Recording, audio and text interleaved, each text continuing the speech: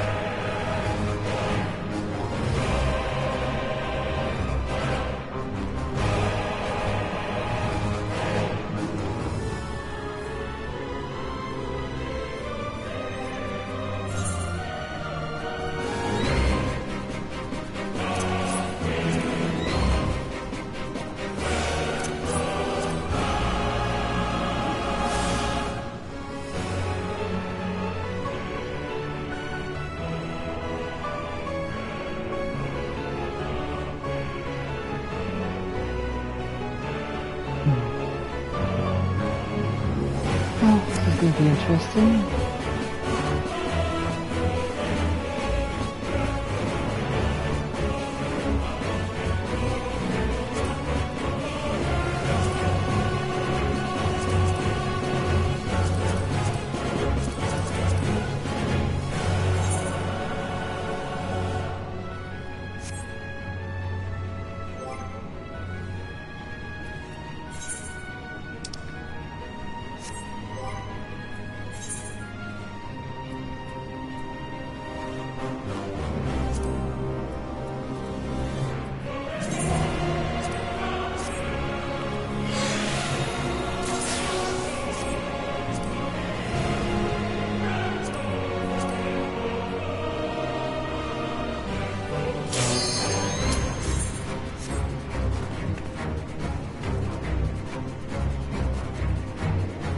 Here for you, time to go.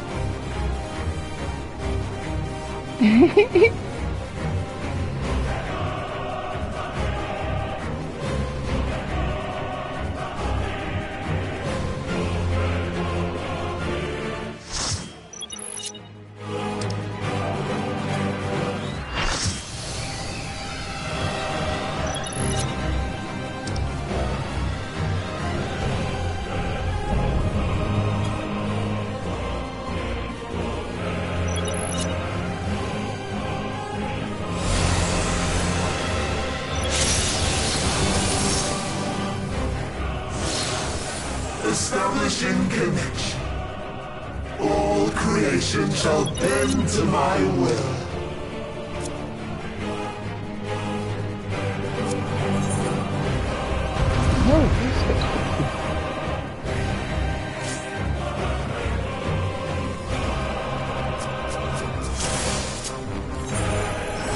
The end has come, and it will be beautiful.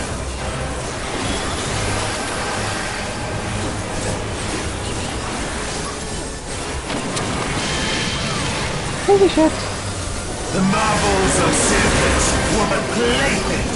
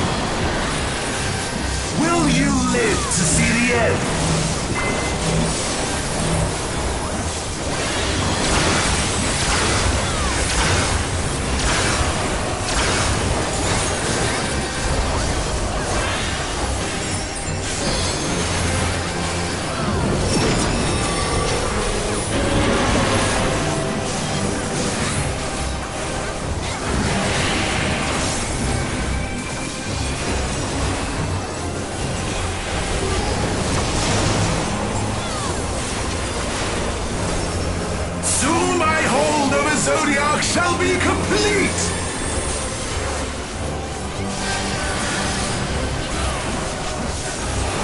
Mine! All mine!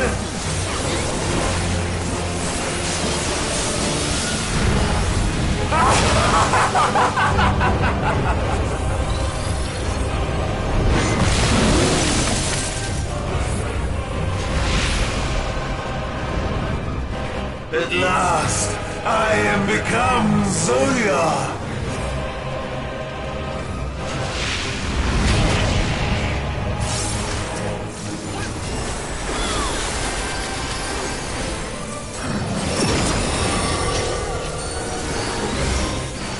The natural order overturned!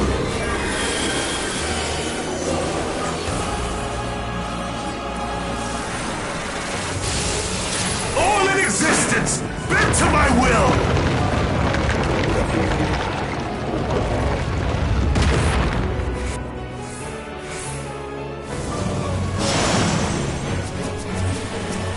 My life's work!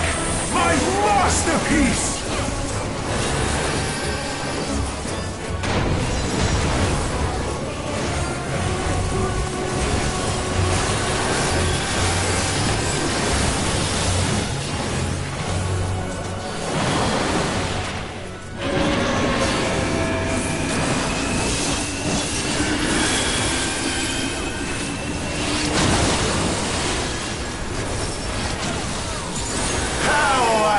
Waited for this day!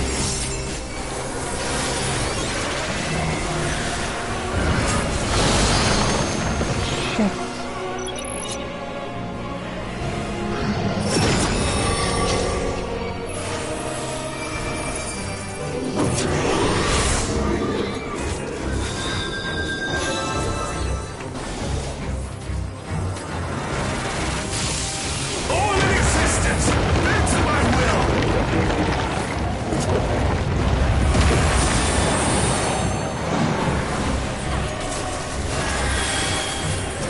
The great cataclysm, faithfully recreated!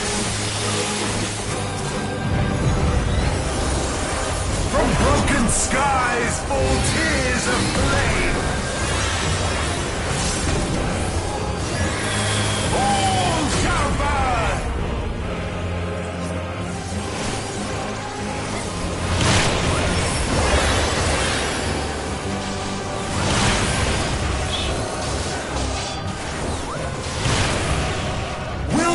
Live to see the end.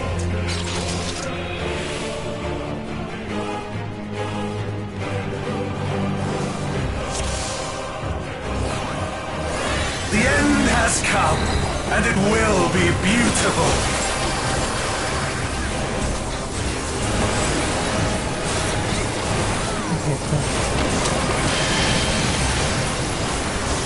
The marvels of circus were but playthings.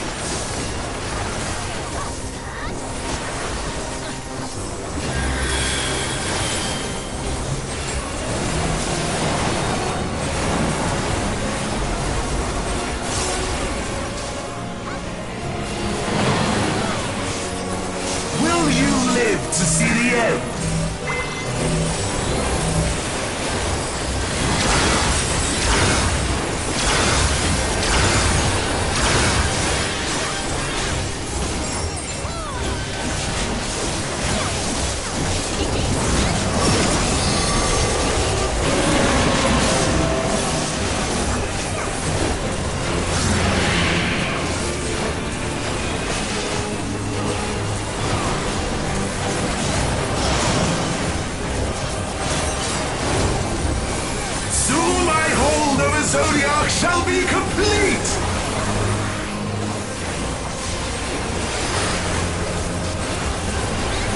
Mine! All mine!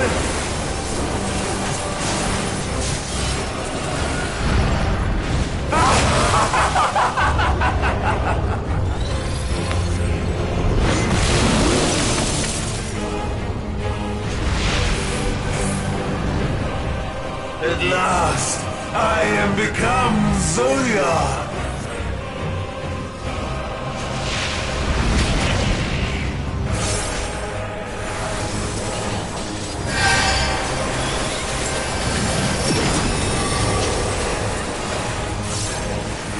The natural order overturned!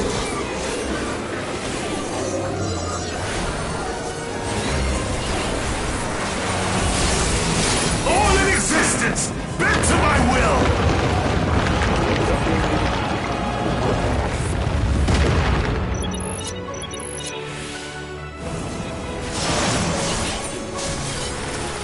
My life's work! My masterpiece!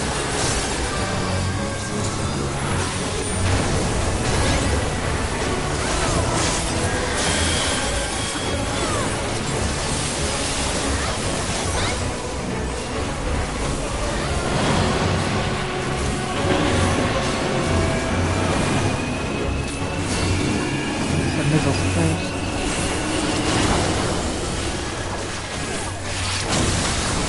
How I've waited for this day!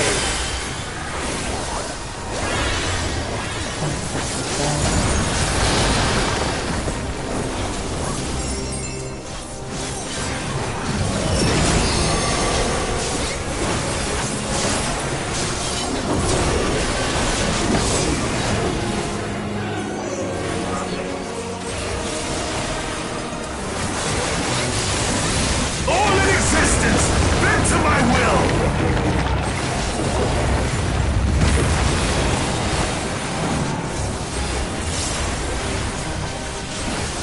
The great cataclysm, faithfully recreated! From broken skies fall tears of flame! All shall burn!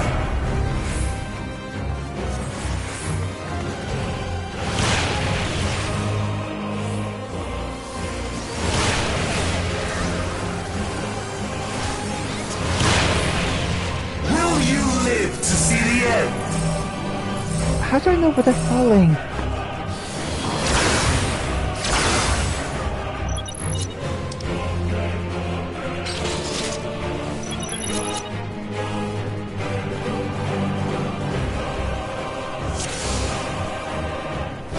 The end has come, and it will be beautiful.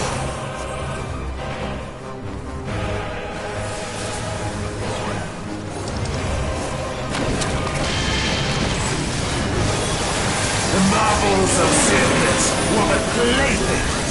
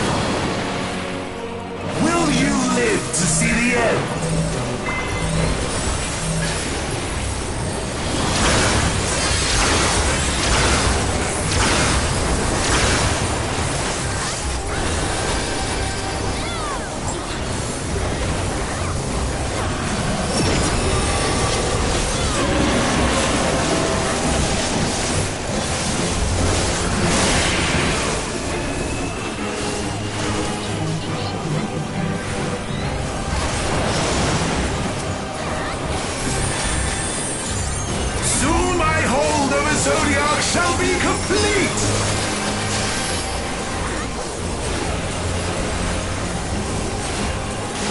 Mine! All mine!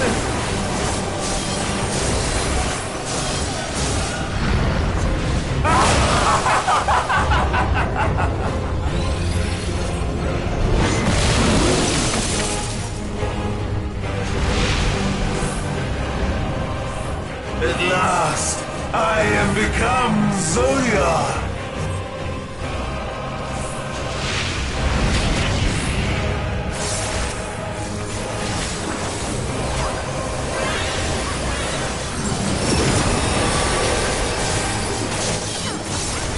The natural order overturned!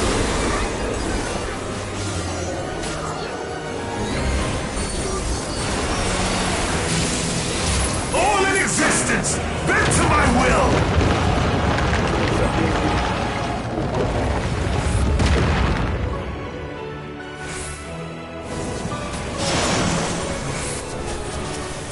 My life's work!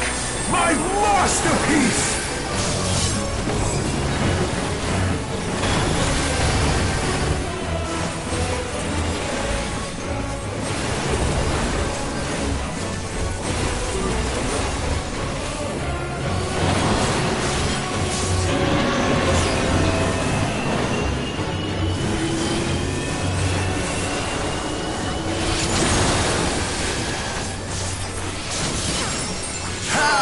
I've waited for this day!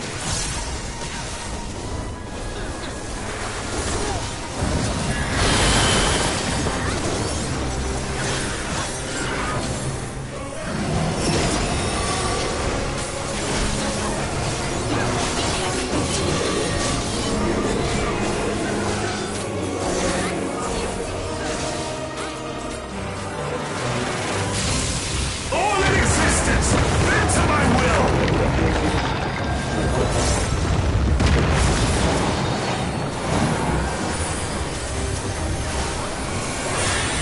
The great cataclysm, faithfully recreated! From broken skies fall tears of flame! All shall burn!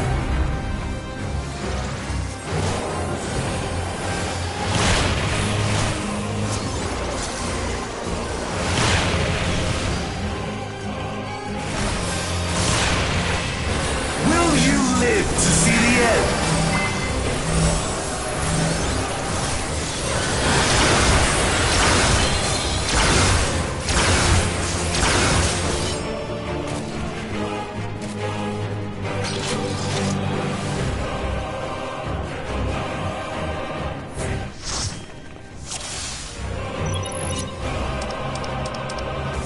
The end has come, and it will be beautiful.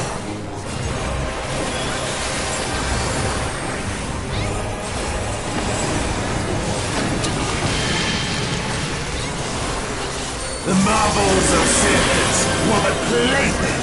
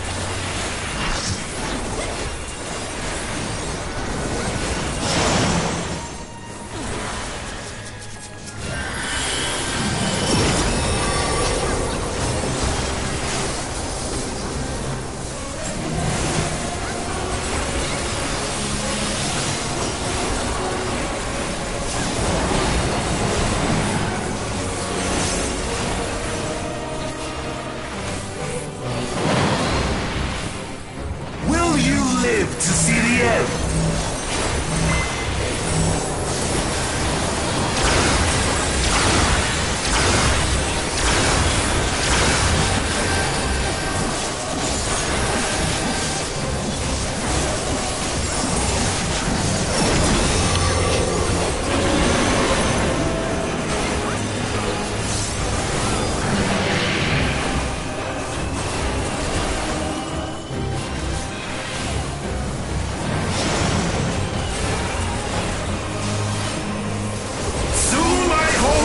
Zodiac shall be complete!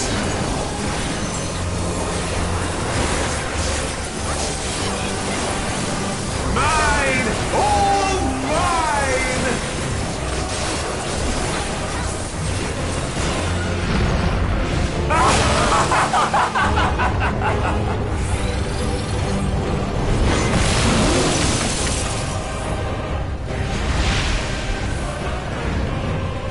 At last, I am become Zodiac!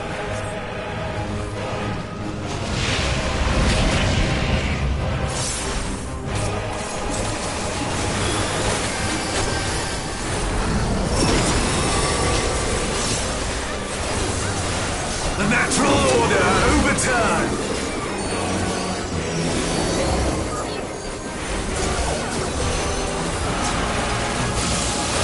All in existence, bent to my will!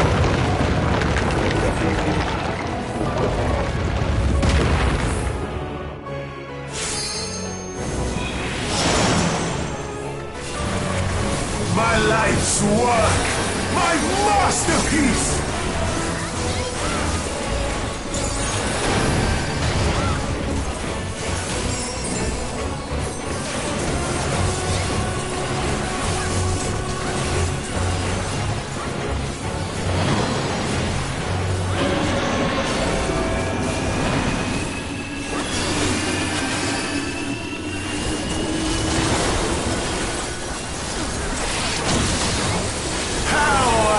Waited for this day!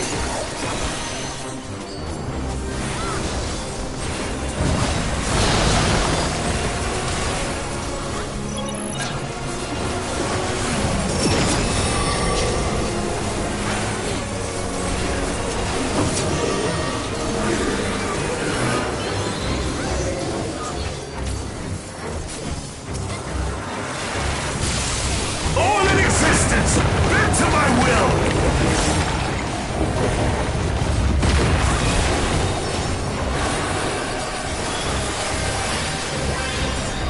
The great cataclysm, faithfully recreated! From broken skies fall tears of flame! All shall burn!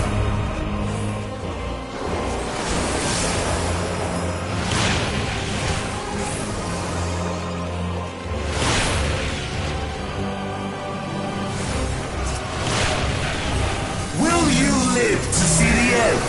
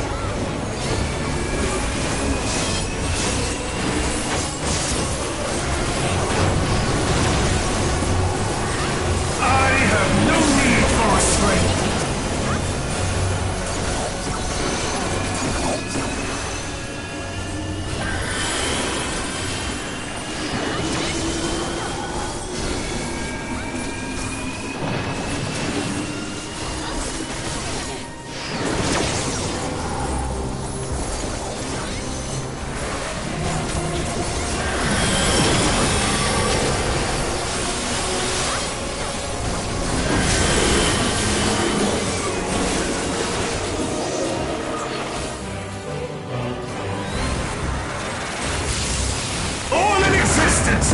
Bend to my will!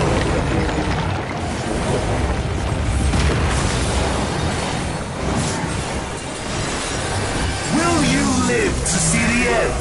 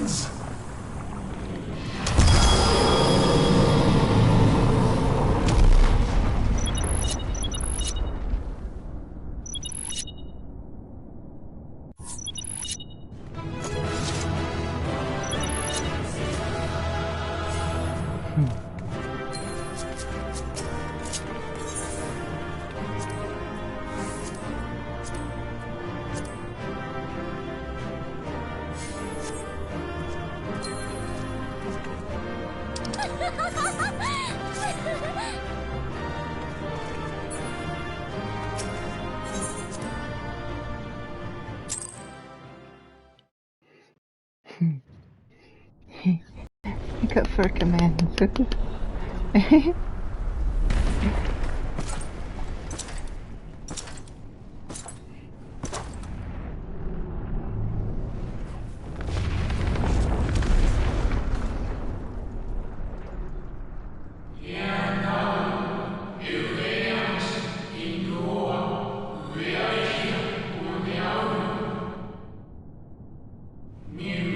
Preparations are complete. The troll from this place. The teleporter will deliver you to safety.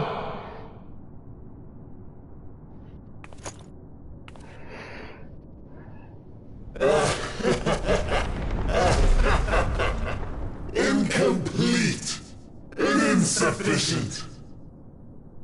Of course he was no match. Once again, you left my best laid plans in ruins.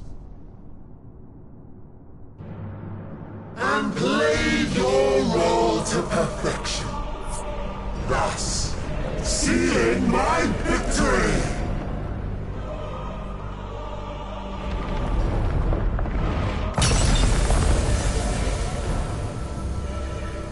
From the first, all I wanted was for you. To kill Zodiac! Knew it. Was but one of many methods to achieve the desired effect. It would have been the same had Xenos died in my place. But what better and more satisfying way to ensure success than to take control myself?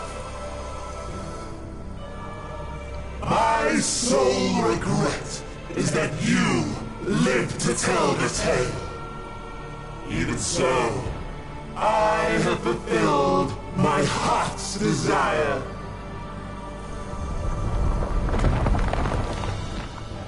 Let your murder mark the beginning of the end. The coming of the final days!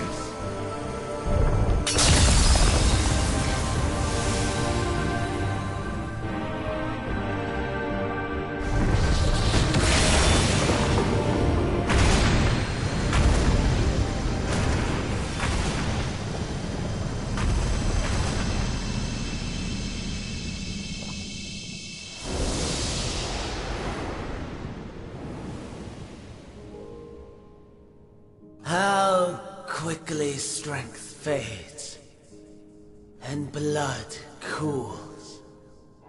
Old familiar sensations. So many lives, so many deaths. No different this. I close my eyes and slip into the dreamless slumber.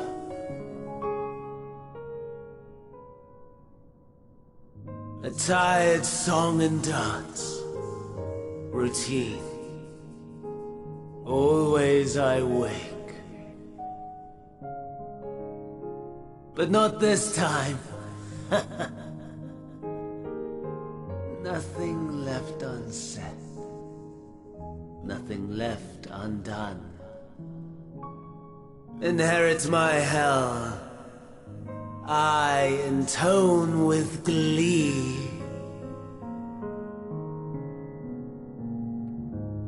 The man I was would weep for what I have become.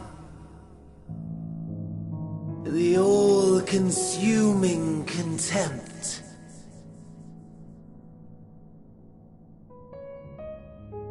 But I've the wisdom of 10 millennia to justify my answer to the question. No value in their existence. Not a whit. For all that I looked. None that I did see. A final chance, then, for Heidelin and her faithful. In Cataclysm, prove me wrong. I sneer. All shall return to nothingness, as was your will, Emperor Sunday. I, the star, and every living being, consigned to your oblivion.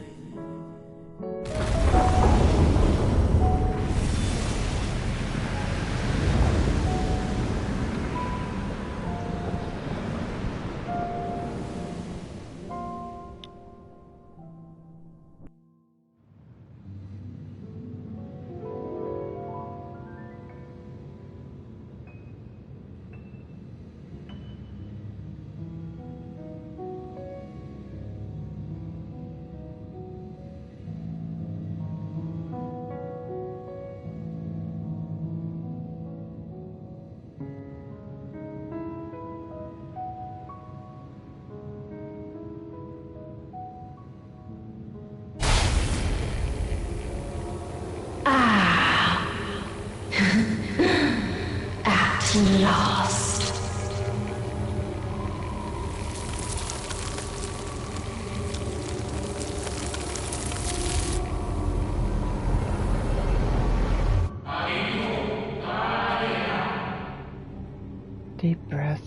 slow and steady.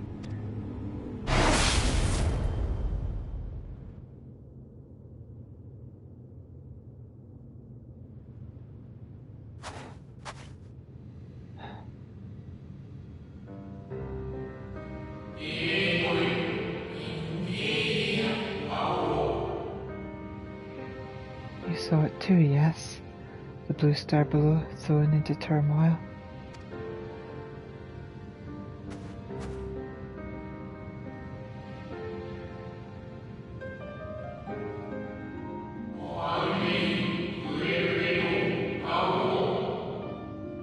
Then it was no illusion, all was truth.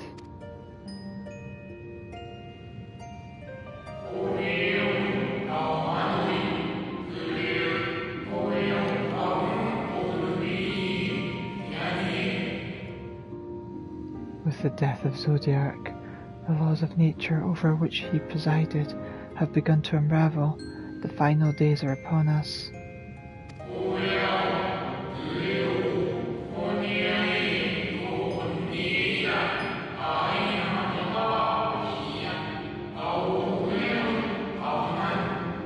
What you witnessed was an omen granted by the Echo, a vision of the horrors to come.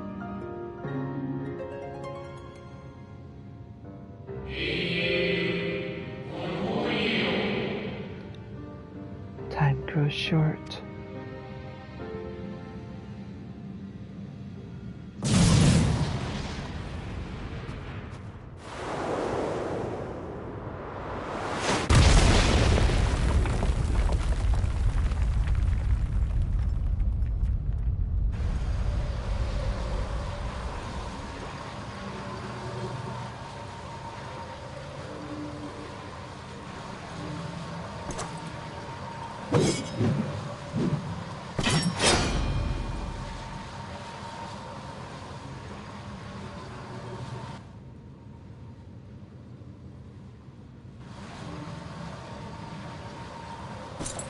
No.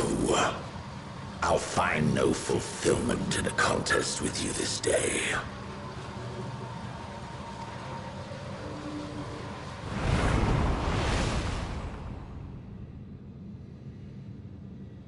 Slavering beasts gather at your gates, ravenous and eager. Already you turn to them and away from me.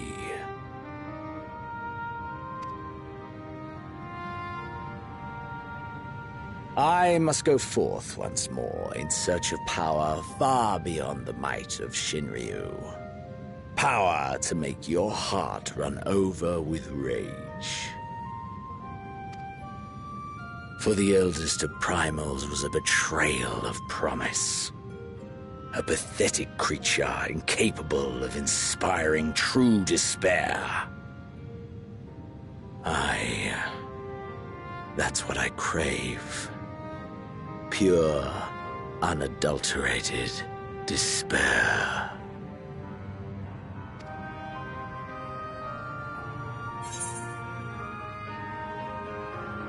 Hope will win the day.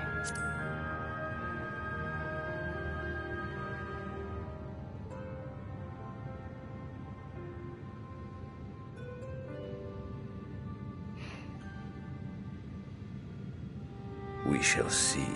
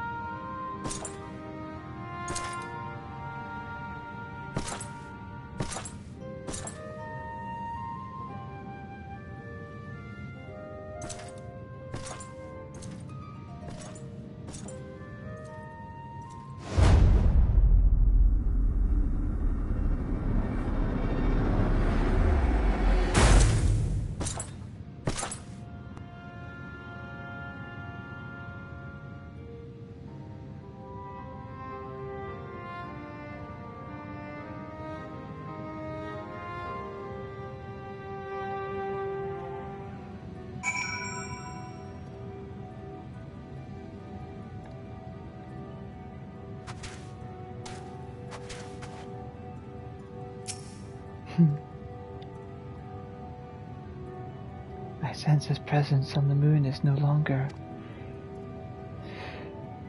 If you need not follow, then I beg you stay and listen to what I have to tell you.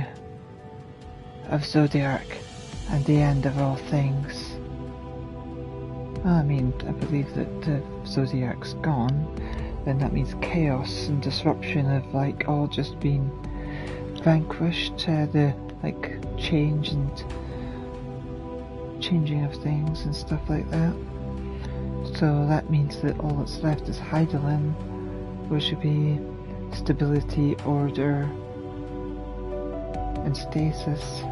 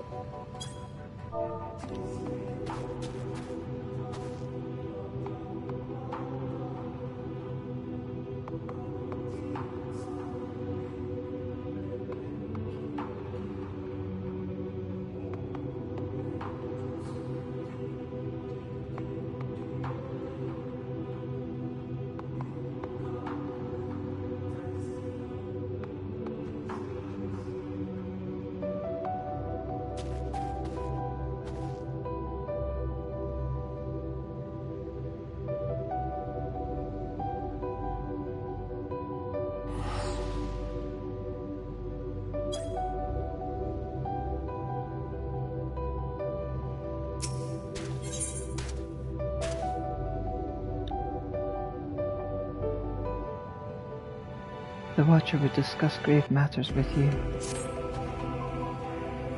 Before we speak at length, I believe a change of surrounds is in order. I have no more than ill tidings to share, you see. I sense others arriving not long ago. So my communications with Heidelin have grown infrequent. I have learned enough from her to know these are your comrades. And as luck would have it, they have already reached my abode. Come, let us join them.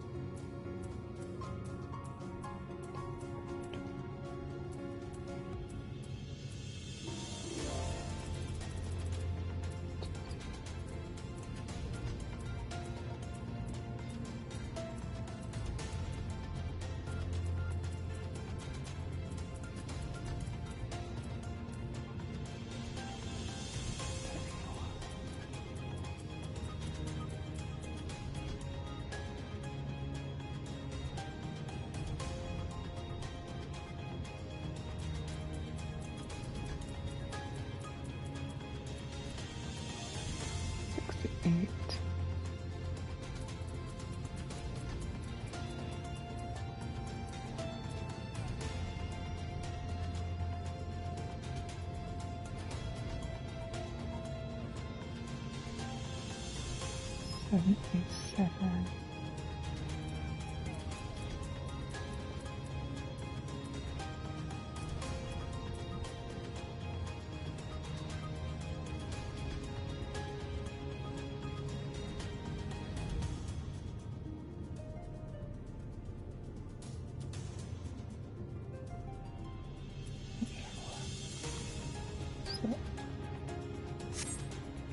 complete 100 quests, so I believe I'm about halfway through the story.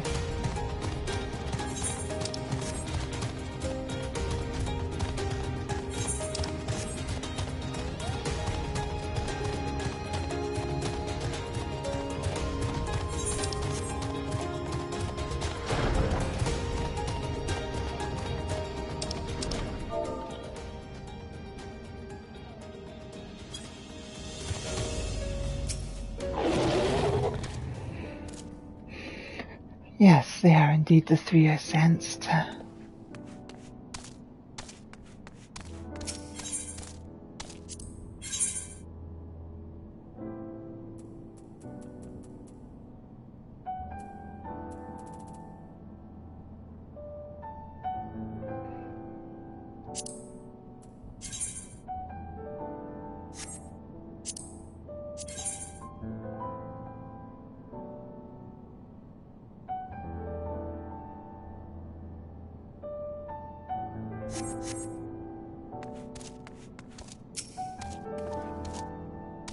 Dare I ask what happened before we arrived?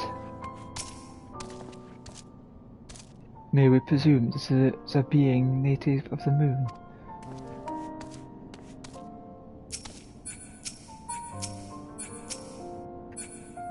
Talk to you, Stola.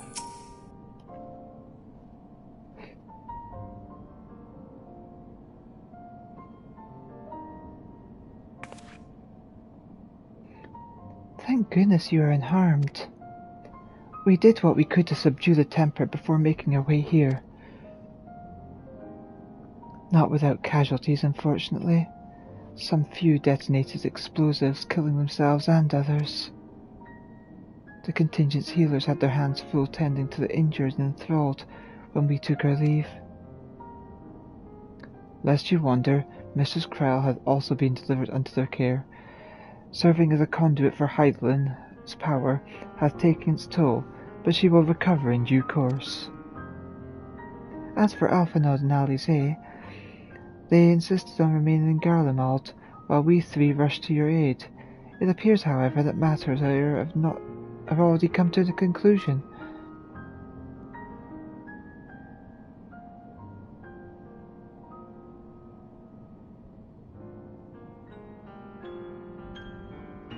But what manner of conclusion, if I might ask? And is this the ally whom Heidelin bade you seek out? He is not unlike the shades of Amarot. Not unlike, perhaps, but not the same. I was created by Heidelin. Together with this place, it has ever been my duty to keep vigil over Zodiark. Or rather, it was my duty.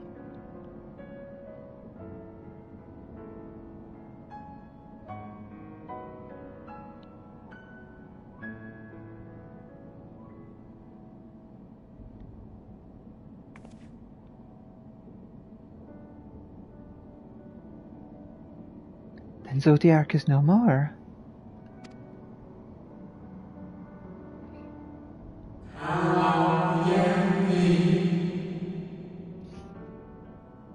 And not without consequence, I am afraid, for now the delicate weave of the star preserved by his presence will begin to unravel. If you mean to avert the final days, you shall have need of... Are you all right?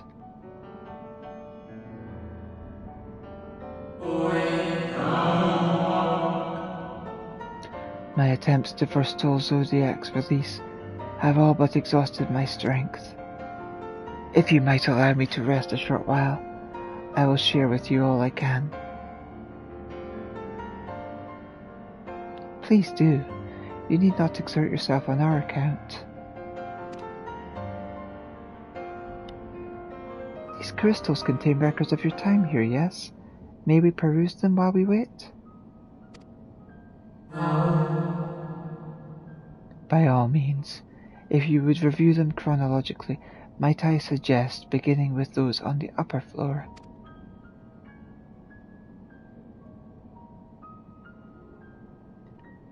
I shall leave that to you, Elita, while I see what can be gleaned from the crystals on the lower levels.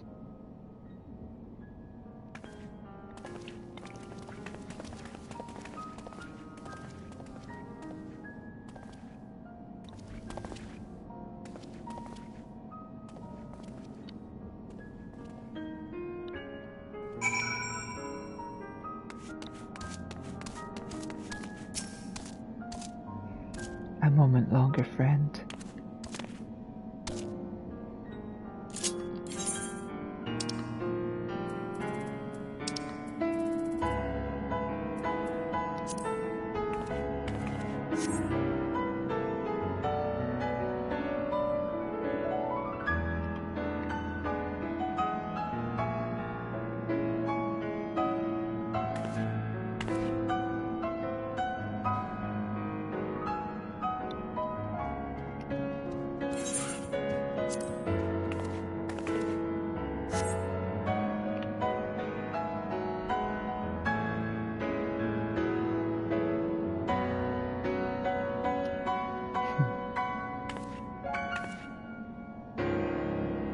Cozy Elita.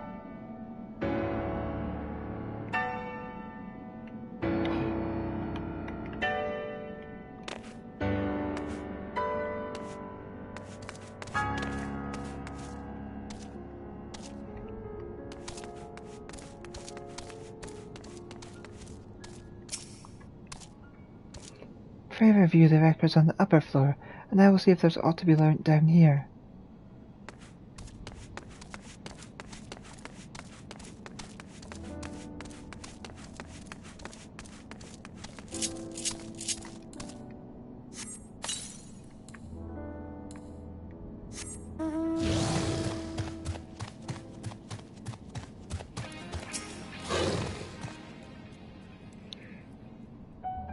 Zodiac defeated? While he may have been in an incomplete state, that's nevertheless an impressive feat. But even if you hadn't, his demise was inevitable. Van Daniel would have seen to it one way or another. That said, he probably would have wielded Zodiac's power to wreak untold destructions before taking his own life, making this the better of two unfavourable outcomes.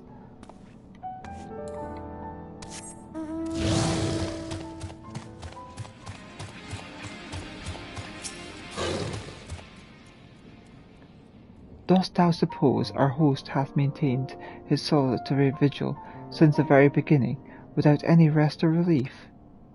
If so, these records comprise the sum of his total existence. We must needs handle them with care.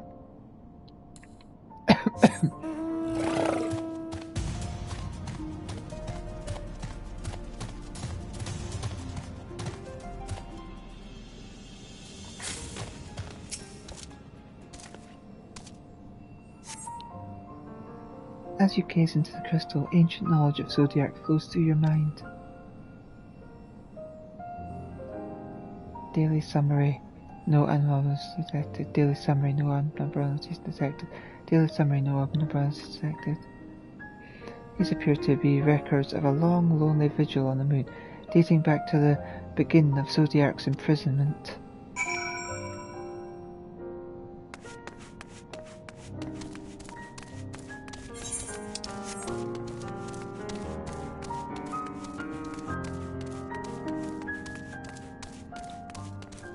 I like how I just examine random ones.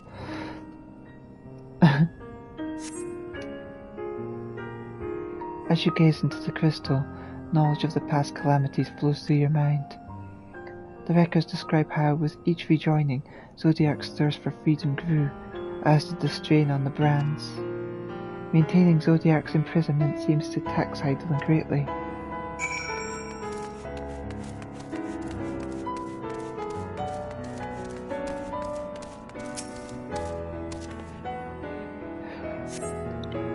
As you gaze into the crystal, knowledge of past rejoinings flows through your mind. The records describe the Watcher's efforts to prepare in the event Zodiac broke free from his prison. The records go on to describe maintenance carried out regular with the Loporrints, though it is not clear who or what they are.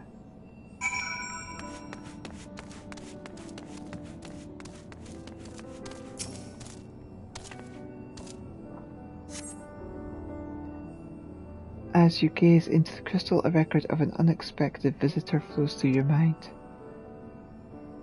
The records note the Watcher's musings when Elizabeth is spotted on the moon, though clearly not for the first time.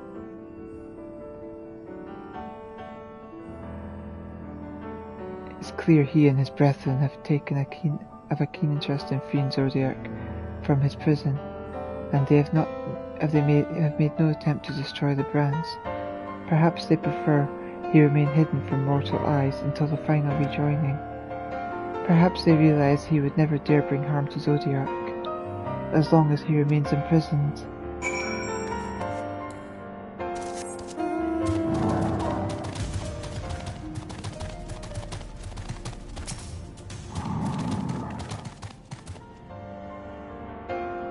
Did you learn anything of import?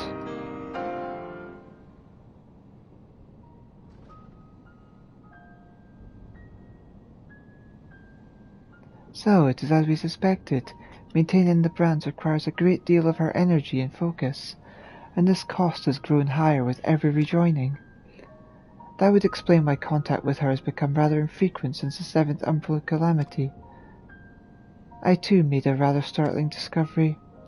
This heavenly body we know to be the moon was in fact created by Heidelin. When the Watcher said he was created together with this place, I thought he meant only the facility. Truly, Heidelin's powers were far beyond anything I could have imagined.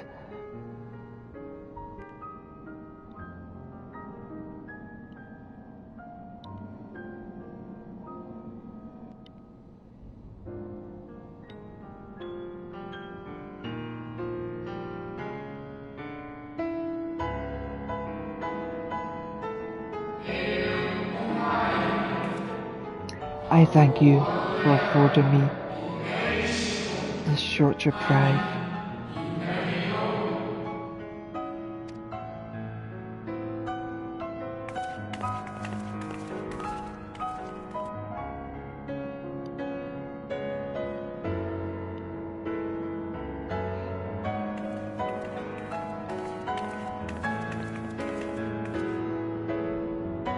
It is we who should thank you.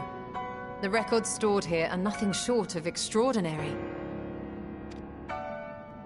There is much we could learn of Zodiac and his imprisonment, but perhaps you could offer us more focused guidance. Pray, tell us of the calamity that came before and comes now again.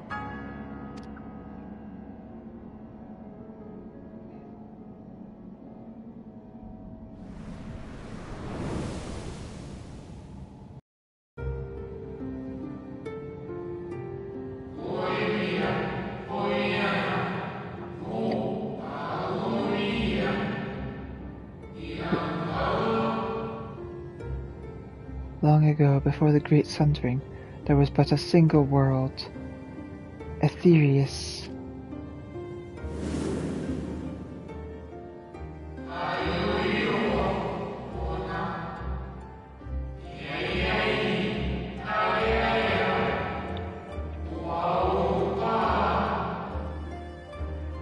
One day, from within the earth, a terrible cry issued forth, affecting a profound change in all manner of life.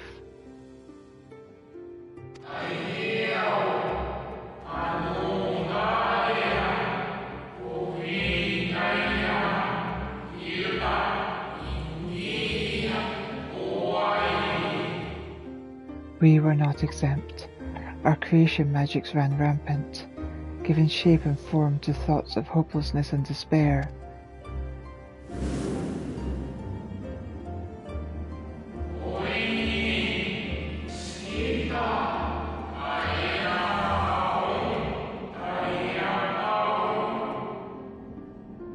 At first the phenomenon was limited to a single region, but quickly, so very quickly, it spread and engulfed the whole of the star.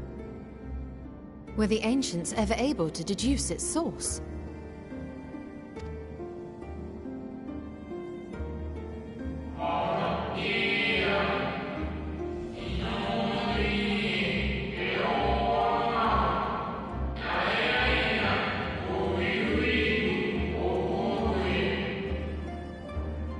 They were not.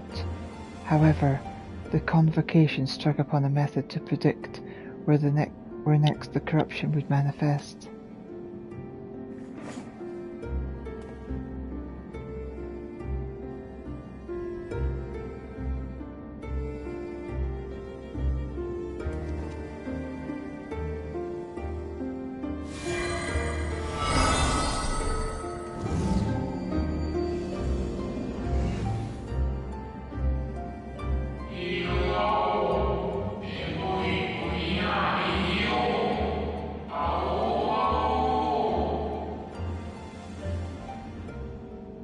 etheric energies which flow through all of creation in the form of various currents.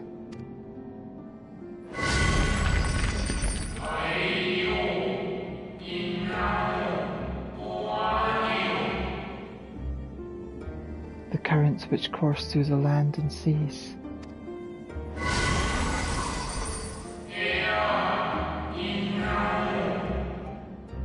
Those which flow through the very air.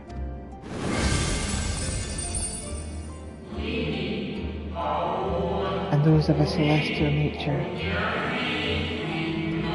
which encompass both our star and this moon. Celestial currents.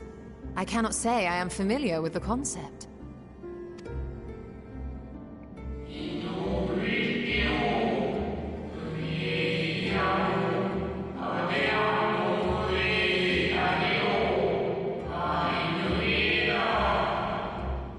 Nor would I expect you to be.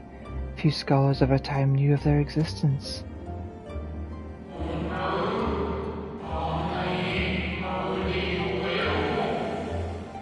Their invaluable knowledge helped us to better understand the nature of the calamity.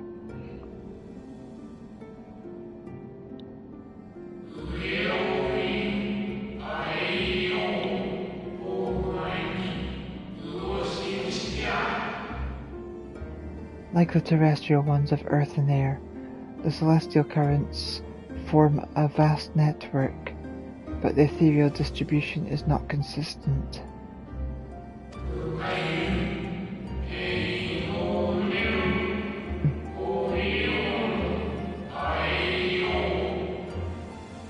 The convocation soon realized that the inciting incidents occurred in regions where the flow was the weakest.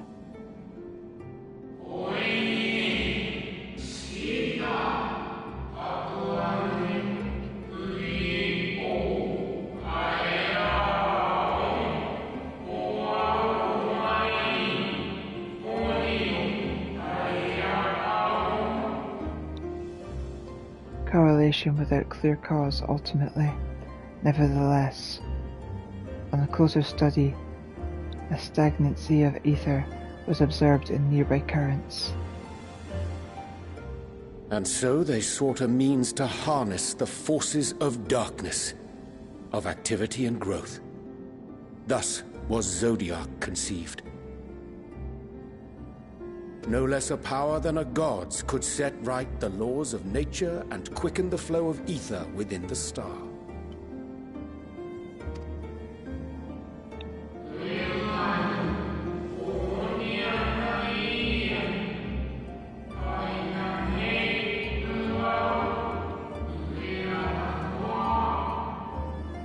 Precisely, with the advent of Zodiac, our end was averted.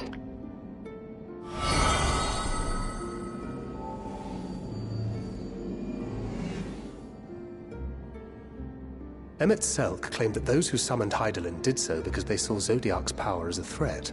Is that true?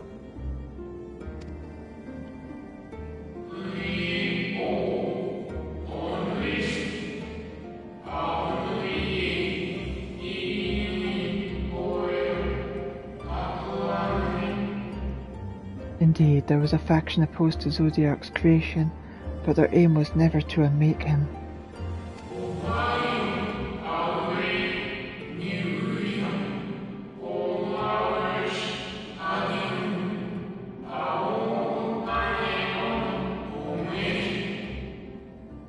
They understood the continued preservation of the natural order was dependent on his very existence. Until we could identify and address the underlying cause of the final days, he would need remain, for his departure would set in motion the apocalyptic forces once more.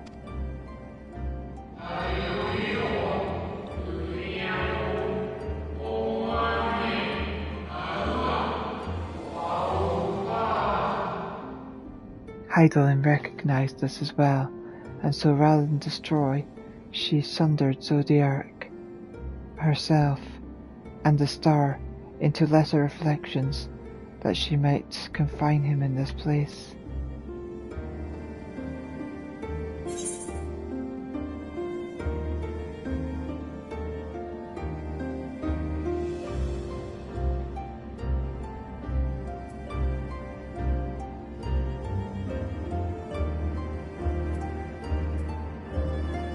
what she told me in the ethereal sea was false?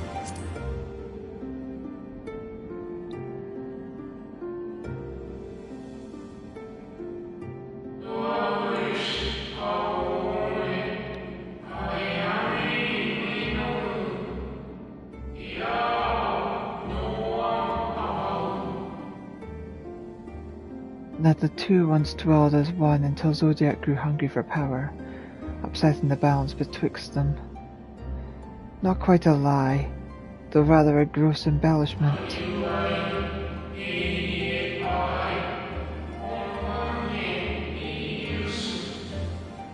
But knowing what you know now, you must surely realize why she might opt to obfuscate and mislead.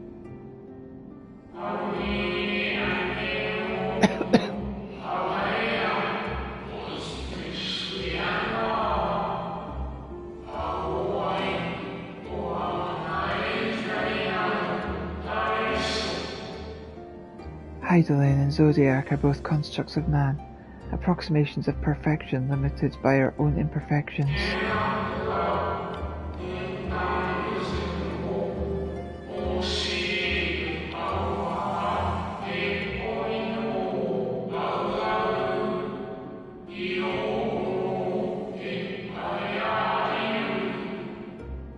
Zodiac was, without question, the more powerful of the two, having been born from the sacrifice of half of Etheris's population.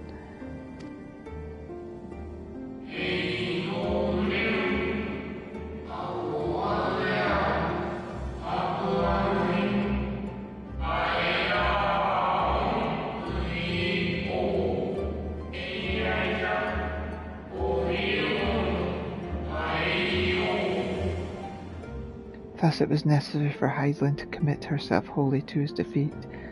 Still more effort was needed to confine him.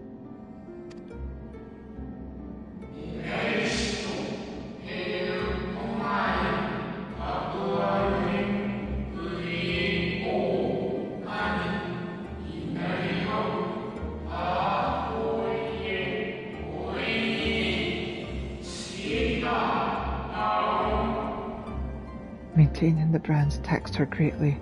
With what power she dared spare, she cried out to any who might listen, and offered her blessing to those who heeded her call.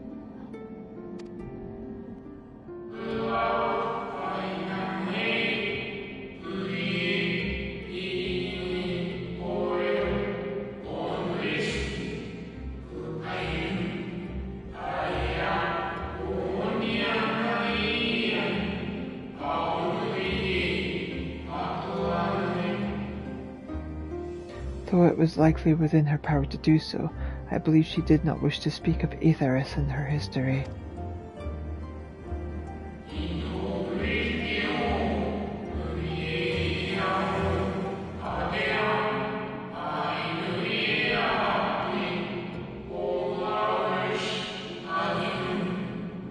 Like Zodiac, Hydaelyn's purpose is a reflection of her creators. They wish to look to the future and not linger in the prison of the past. The Ascians set in motion 7 rejoinings before we came to oppose them. How many more worlds would have been lost had we not placed our faith in her? How many more souls living in the present would have been snuffed out for the sake of those long dead? Well, in light of recent events, I see no reason to doubt your words. And even if Hydaelyn is not a god in truth, if Minfilia believed that we should trust in her plans, then I choose to do just that. Which brings me to a rather important question. Let's suppose we try but fail to stop this second coming of the final days. Should the source fall, what will become of the other worlds?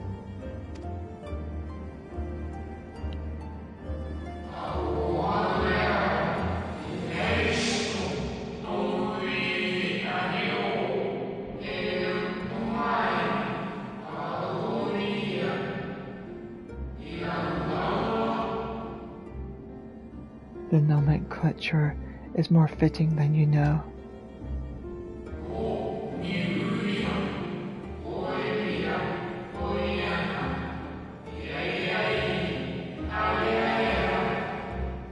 Bring ruin to the source, and its reflections will share in its fate.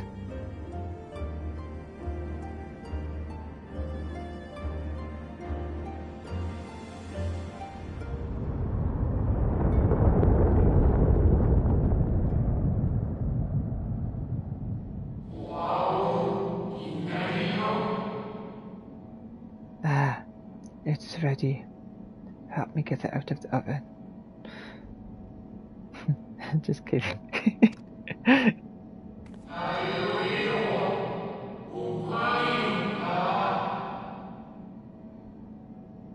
This way, if you would be so kind.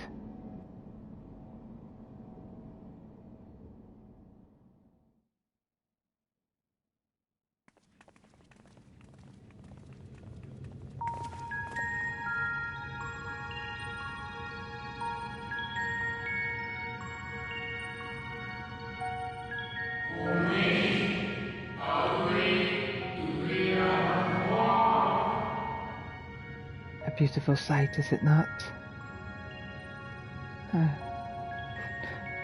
Makes me think of like a gigantic sage arm. Yes, but what is it?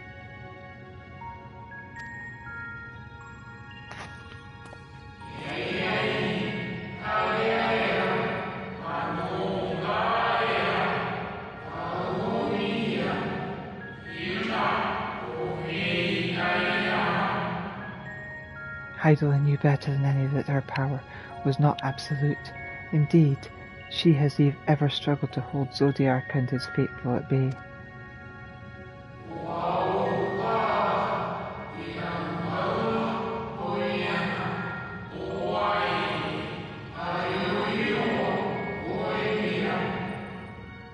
She feared the worst, and so made preparations. In the event of his demise, there would be a contingency.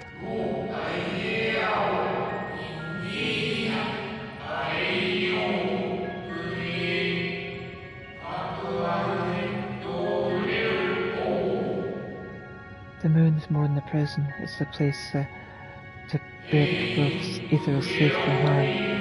We need not go far to find its pilots. In fact, I should be happy to take you to them.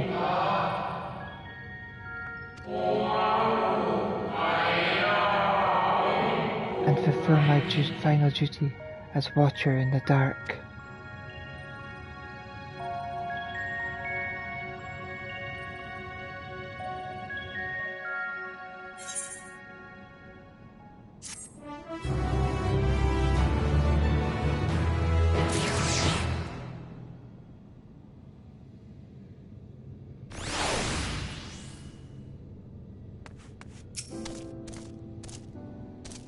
The moon is a ship.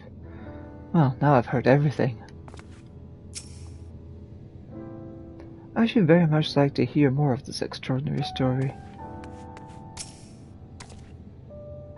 It may be true, but the others will struggle to believe it. I can scarcely believe it myself.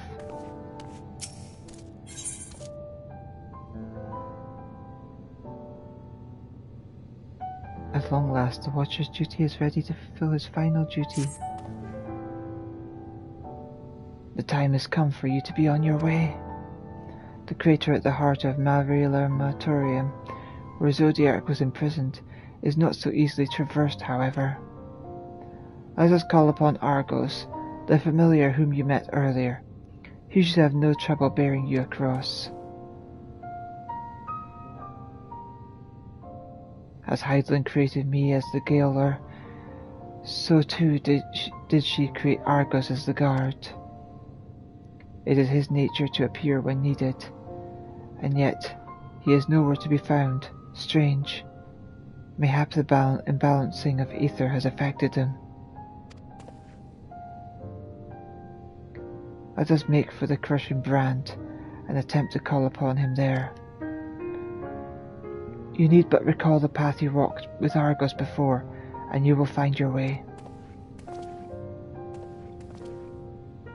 If he labours in service to Hydaelyn's plan, I see no reason not to do as he suggests.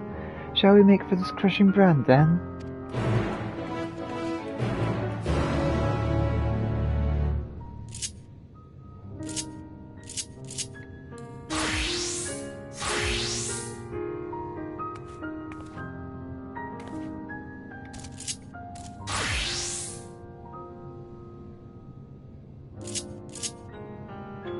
Sage has fallen behind a little bit.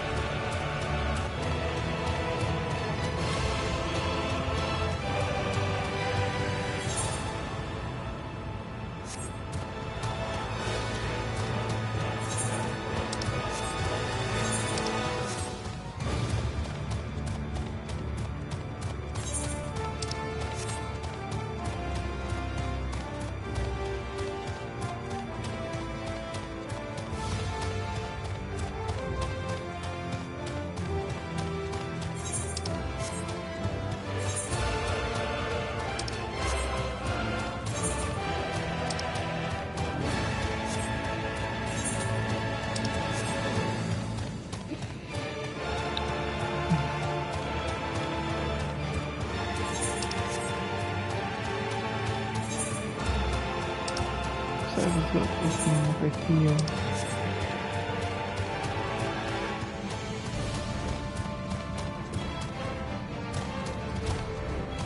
Aha!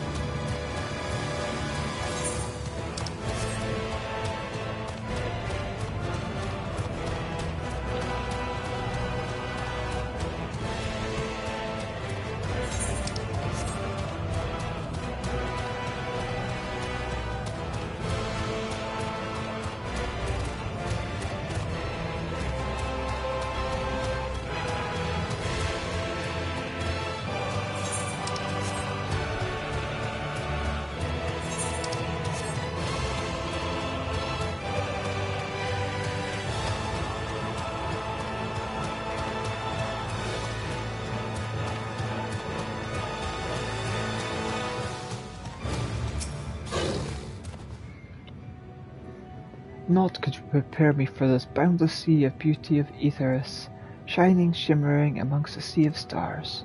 A blue sapphire, and but one of countless other jewels brimming with life, no doubt. With a little preparation, it might be possible to traverse the gap on foot. Then again, it would be a long, long way down if one should slip. Perhaps another time. So close and yet so far. Does the harsh terrain remind you of somewhere we've been before? The Dravanian Forelands? Aye. A place that rejects the intrusion of outsiders, where solitude reigns supreme. At the very least, it sounds suitable for Zodiac's prison.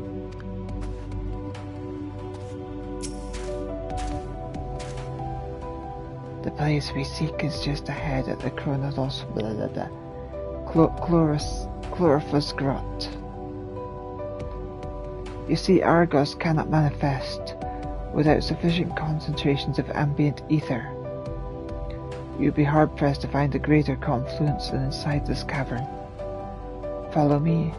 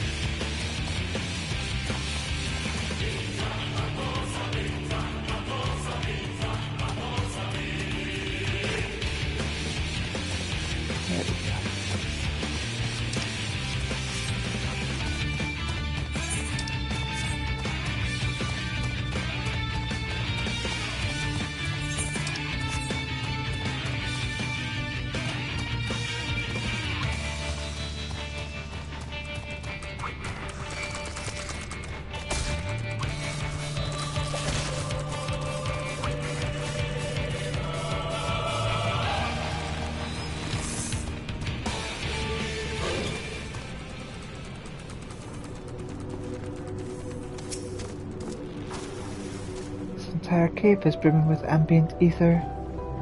Alas, any further analysis will have to wait. Curious, this place doth call to mind Plaene, home of the Numu. The guard of Zodiac's prison, eh? Blood-red eyes, slaver maw, and built like a behemoth. I'd imagine. Let's hope he'd be friendly.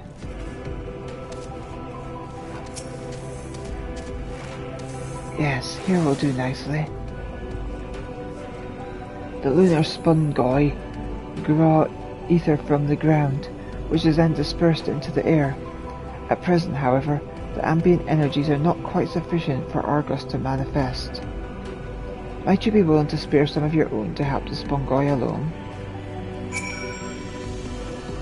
Given time, the lunar spongoi will suffuse its place with sufficient ether, but we need not wait if you're willing to provide a helping hand.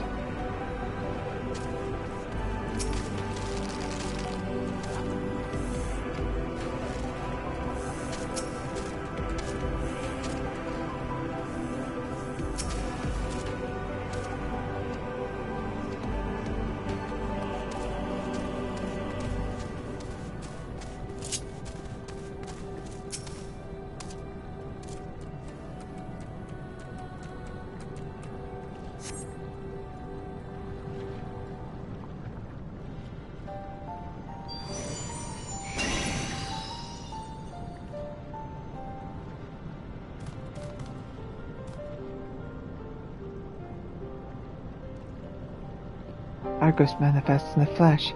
He seems glad to see you again.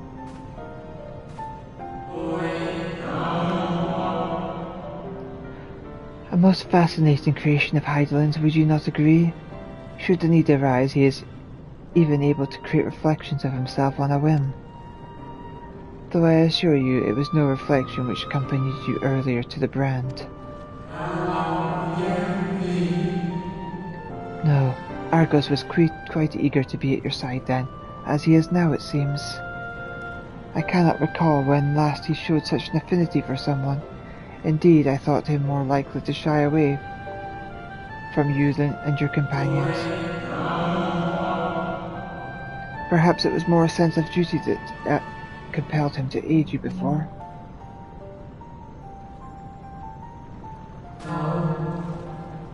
As for your companions...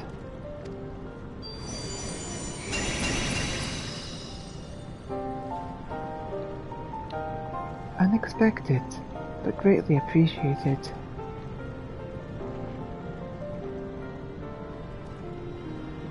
I believe we are all ready.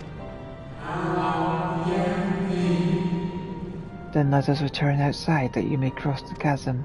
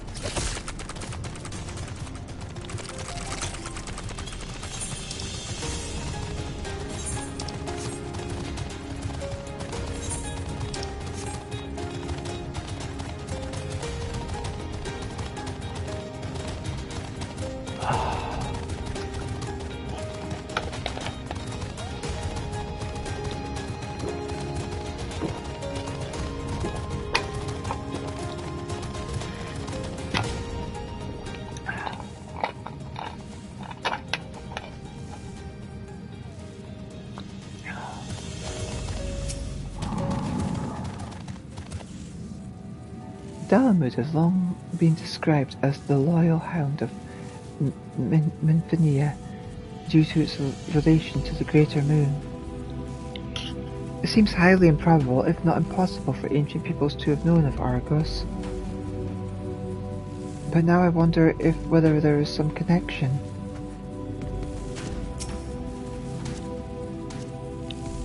I was expecting something a little more intimidating, less man's best friend.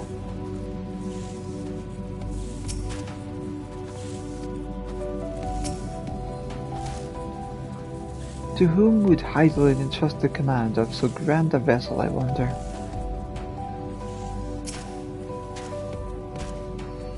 Argos favours you with what could almost be described as a conspiratorial grin.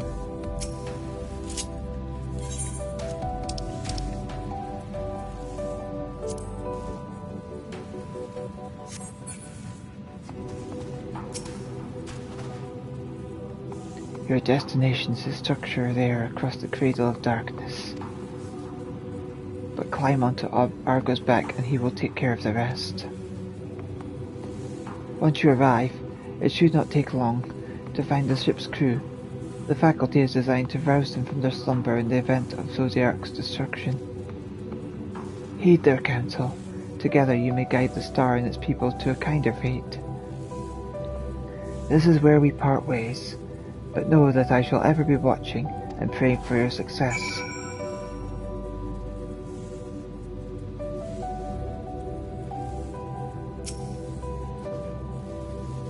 Worry not for me, real though I may appear to you and yours, I am but part of this moon, a creation of Hydaelyn, entrusted with the memories of an acquaintance long dead, but not forgotten. My charge of Zodiark has ended, but so long as the moon exists, I shall not want for purpose. I shall remain ever watching, ever praying for your success.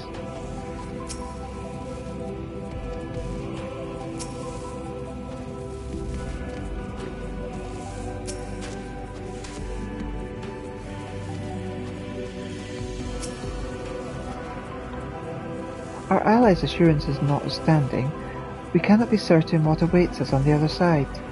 So perhaps it would be best if we did not all go at once. I propose the two of us cross first, while Thancred and Urianji wait here,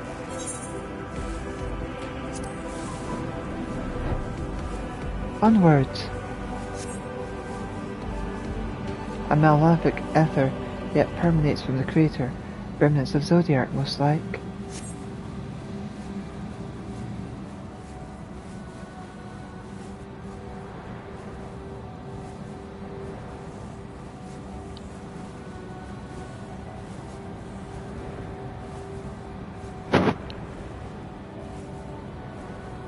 Just a little further.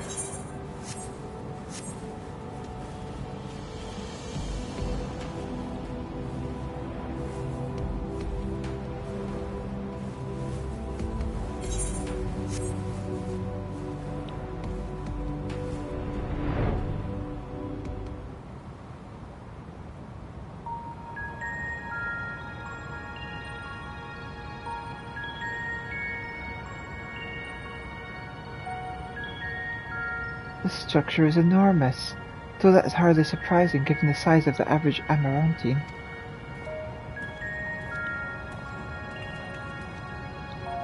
Apologies for the wait. Right then, let us head inside and... oh!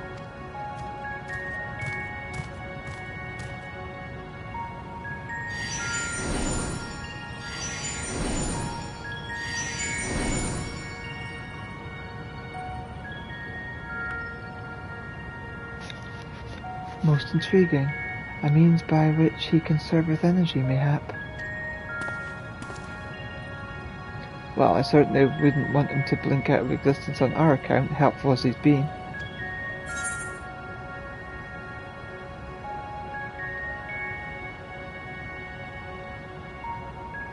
Thank you, Argos. We'll take things from here.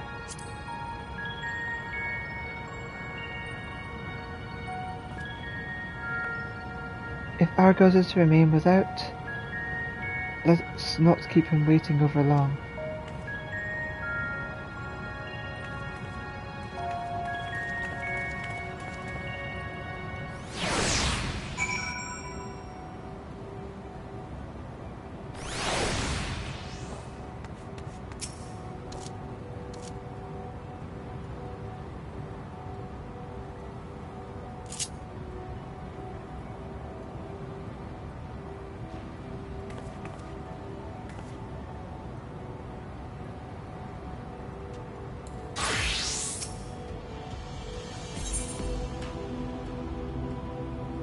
Argos and return across the chasm.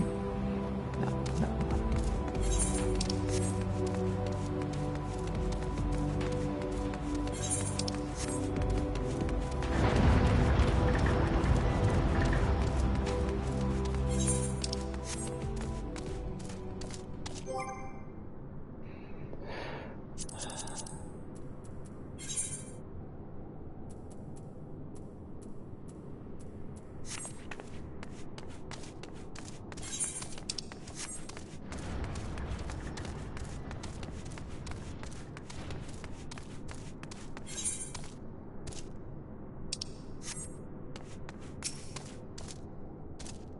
Truly a marvel beyond description. Its scale is reminiscent of Amarat, or rather the replica we visited on the first.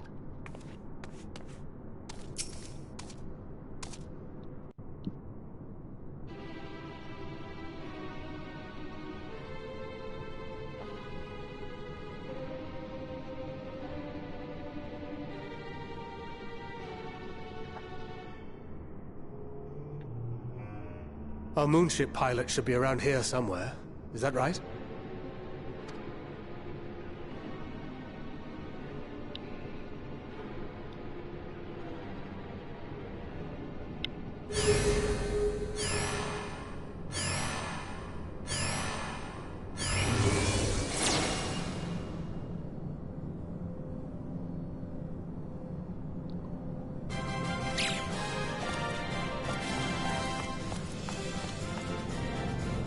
It's little Vieras.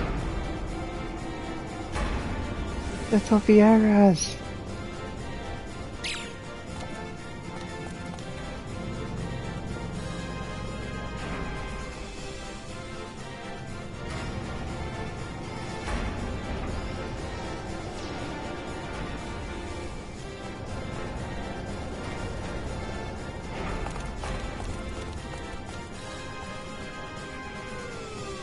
Oh my goodness. Oh, look at them all. I want to cuddle every one of them.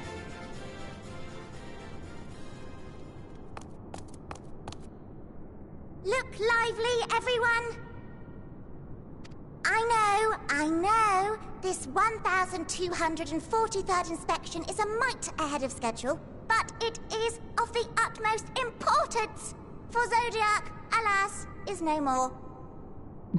As of now, our mighty moon has a new purpose: to bear the people of Etheris to safety.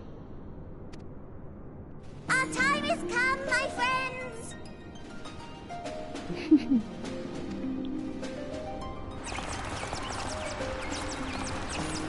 Oh! We must be swifter than swift. There is much to do before our guests arrive. I expect your workstations to be immaculate. And don't forget to relay our signal to Etheris. Questions? Yes? No? Maybe so? No? Then hop to it!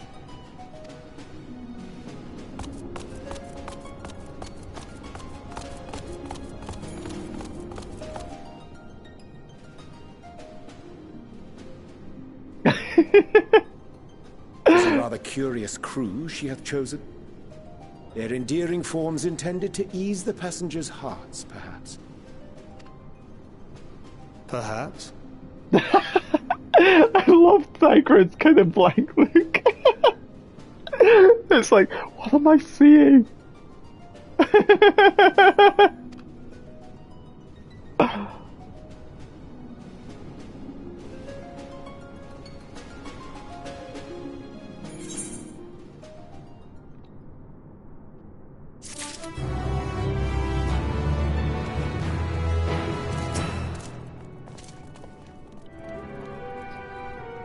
Given the present crisis, Heidelin doubtless sought to facilitate cooperation betwixt pilot and passenger. Indeed, to require a heart as hard as diamond to raise one's voice in anger to beings possessed of such profound saccharinity.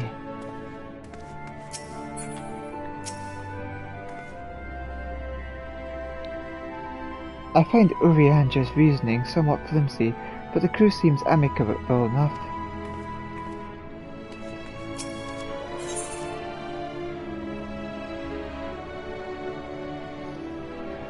Thancred's dumbfounded expression suggests he is still struggling to comprehend the spectacle he has just witnessed. They must be the Loporites mentioned in the Watcher's records. Not all what I expected, but the Watcher did bid us heed their counsel. I assumed the one who gave that rousing speech was our leader, though we might have to ask about in order to track them down. Come on then, let's be about it.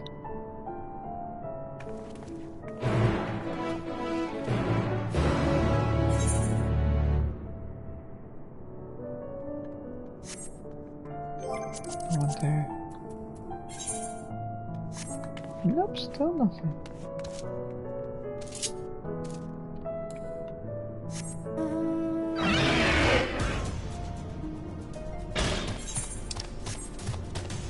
There is no ether on the moon.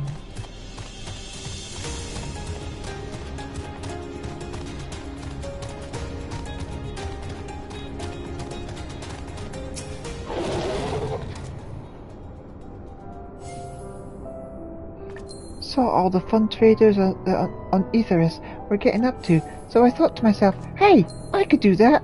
So here I am, eagerly waiting your patronages and bi-colour stemstones.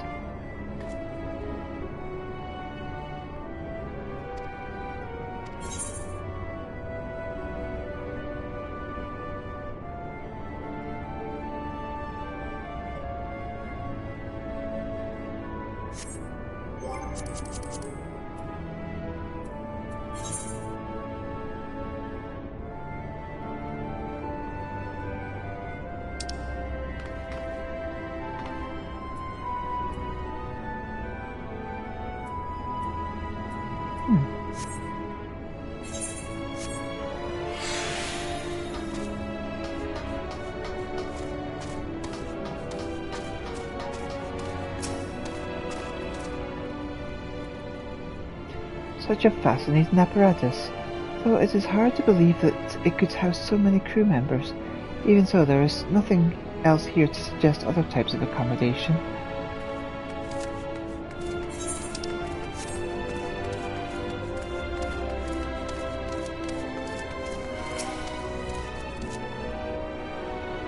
I'm thinking of spending a night outside Bestway's Burrow, but I'm not sure what I'll need to take with me, aside from a tent, I suppose.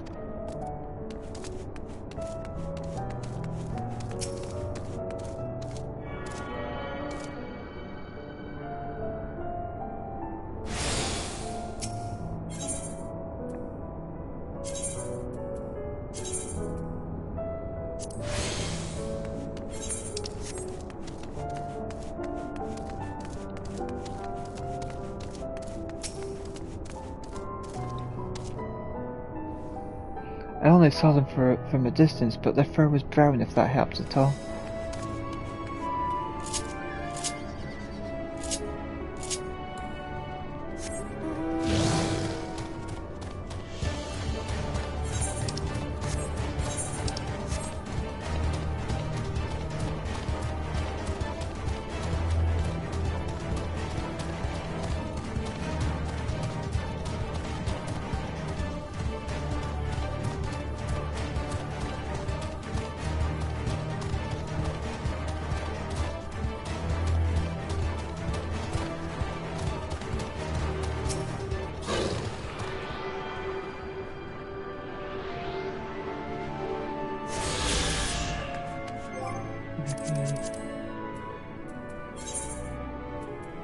Yay.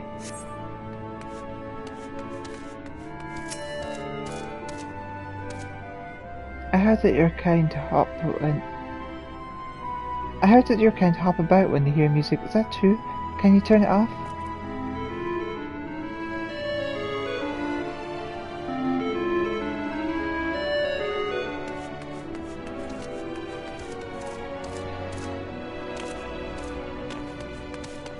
Oh, I didn't want to jump off.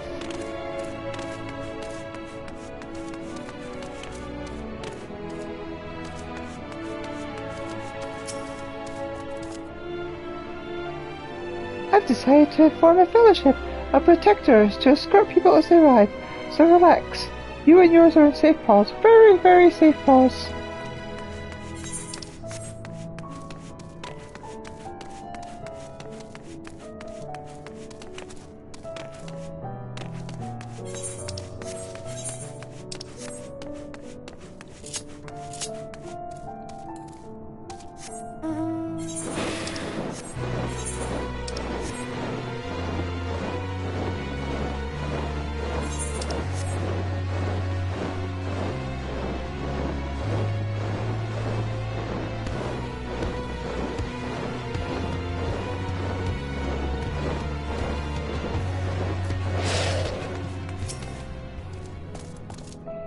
Do you need help with something? I'm busy assigning duties at the moment.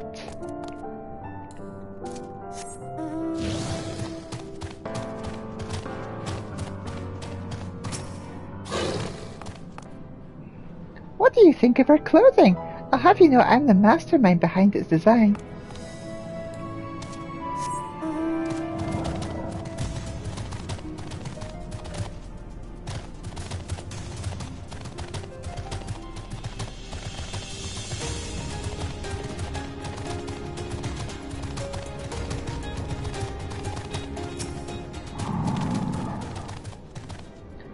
You'll let me know if I find any unusual trinkets or contraptions, won't you? I've always had a fondness for such things, you see.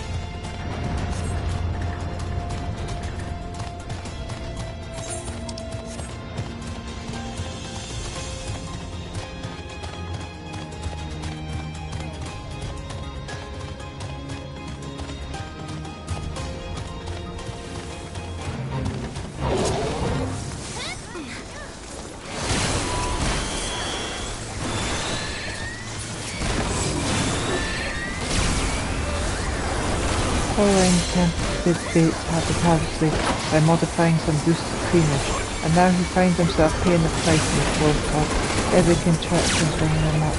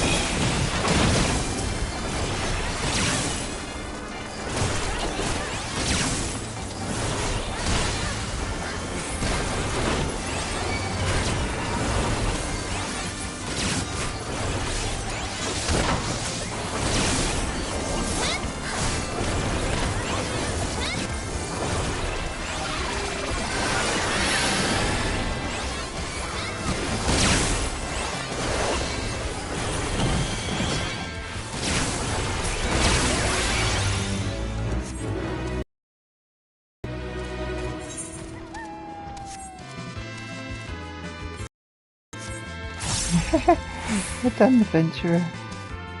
This data will help me truly complete my masterpiece. Oh dear, what were you screaming now?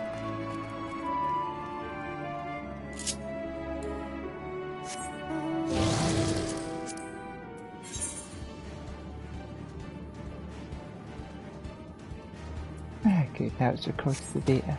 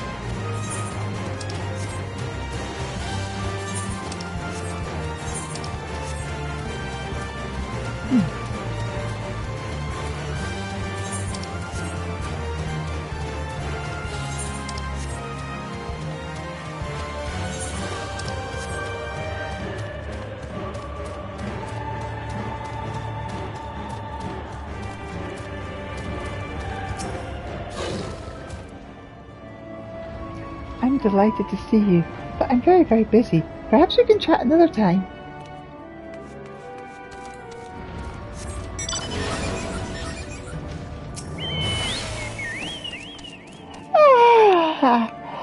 Oh, I must have dozed off. What was it I was supposed to be doing again?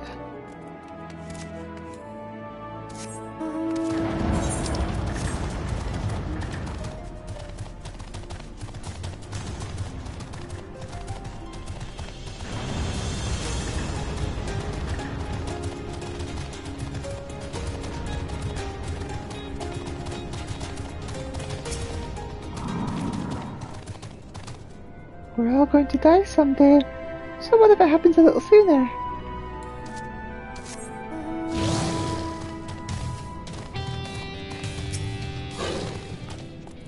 Oh my! But isn't this exciting? I've never seen one of your kind up close before. Would you mind if I take some measurements of your body? Just for reference, of course.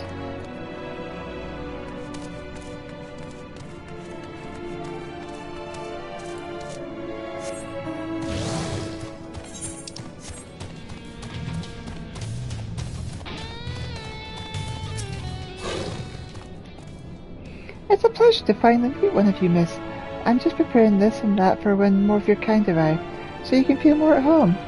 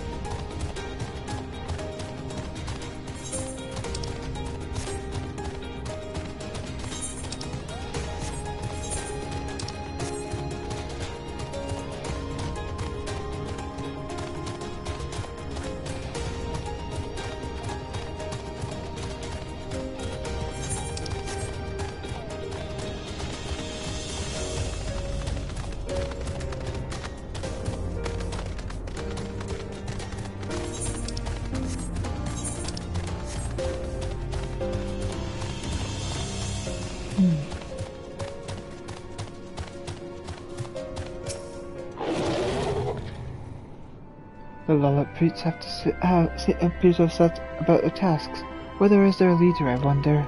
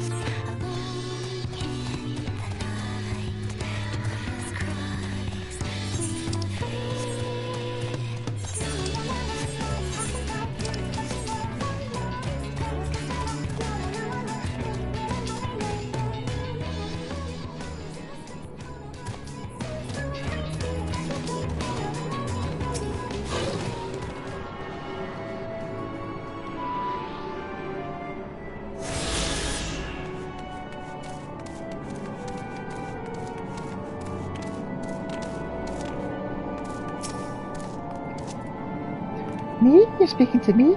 Ah, but of course, I'll answer any questions you may have. I'm the manager and operator of the Central Control Sphere. It regulates every single facility here in Westways Borough. If anything were to happen to it, the whole place would stop working in no time. It's very important, and so it's my job. Westways Borough is where we Lilliputians live and work in the order of Heidelin. We're doing our best to make the moon a suitable ship to transport everyone. You'll be able to ride someday soon, don't you worry.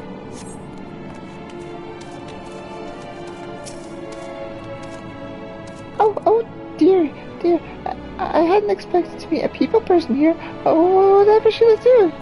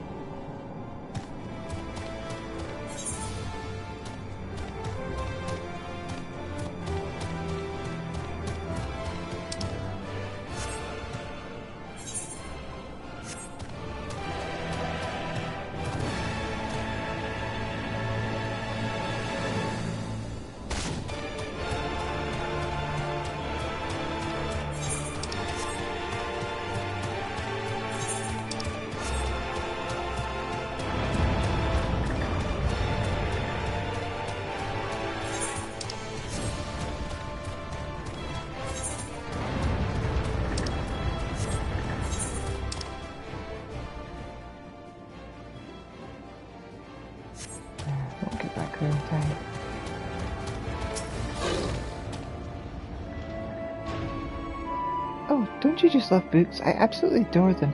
They've taught me so much. Don't tell anyone, but they also taste delicious. Do these floors look clean to you? I don't know. I feel like I could use a little more polishing.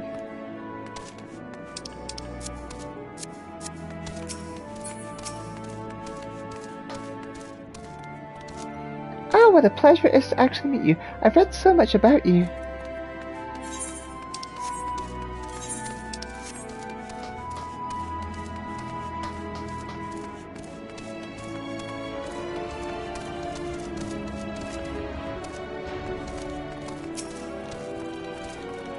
Are there truly more of your kind coming? I'd rather not be doing all this work for nothing, you know.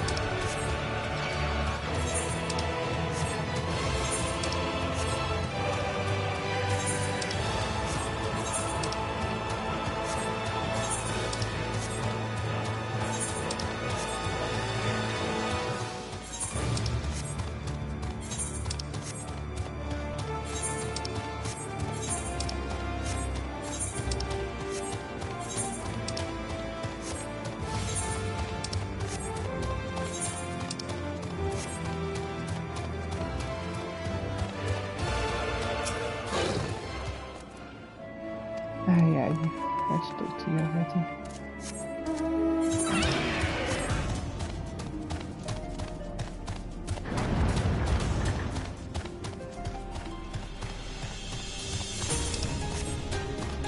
Cute little bunny bundles.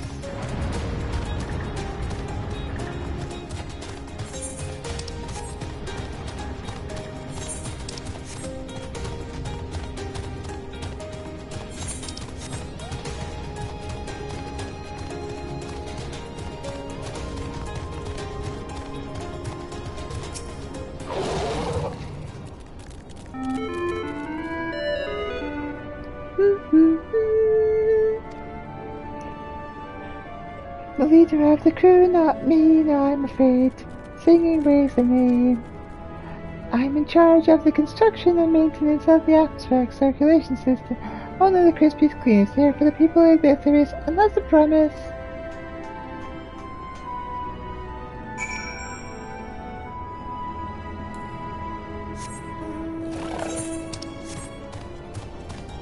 Oh, this is a bad up here. Evil wings.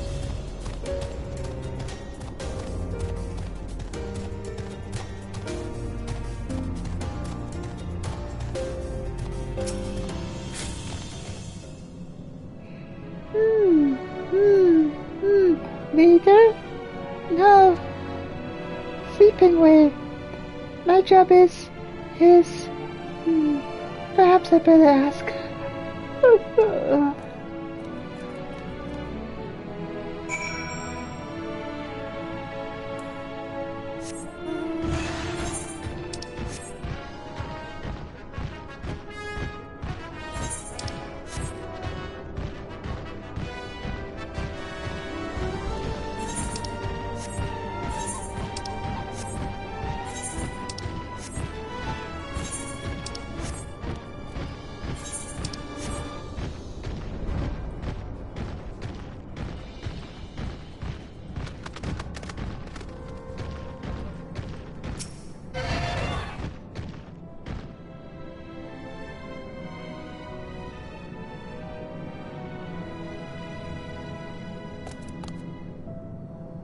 What? How in the... When did you get here? Who let you in? Why wasn't I told?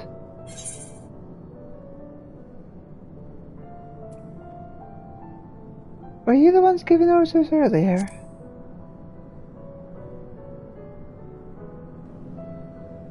Me? Oh yes, of course. As the only one around here capable of doing anything properly, it falls to me to take charge of the others.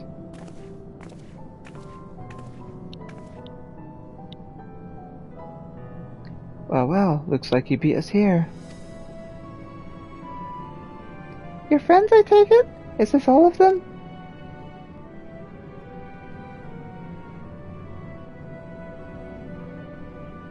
A group comprised entirely of children. What must those parents be thinking? This isn't a nursery after all, so perhaps we should build one. Or did we build one already? No matter, you needn't worry your pretty little heads. All will be well, I promise. But goodness me, we should be standing about gawping. I must take you to meet the others.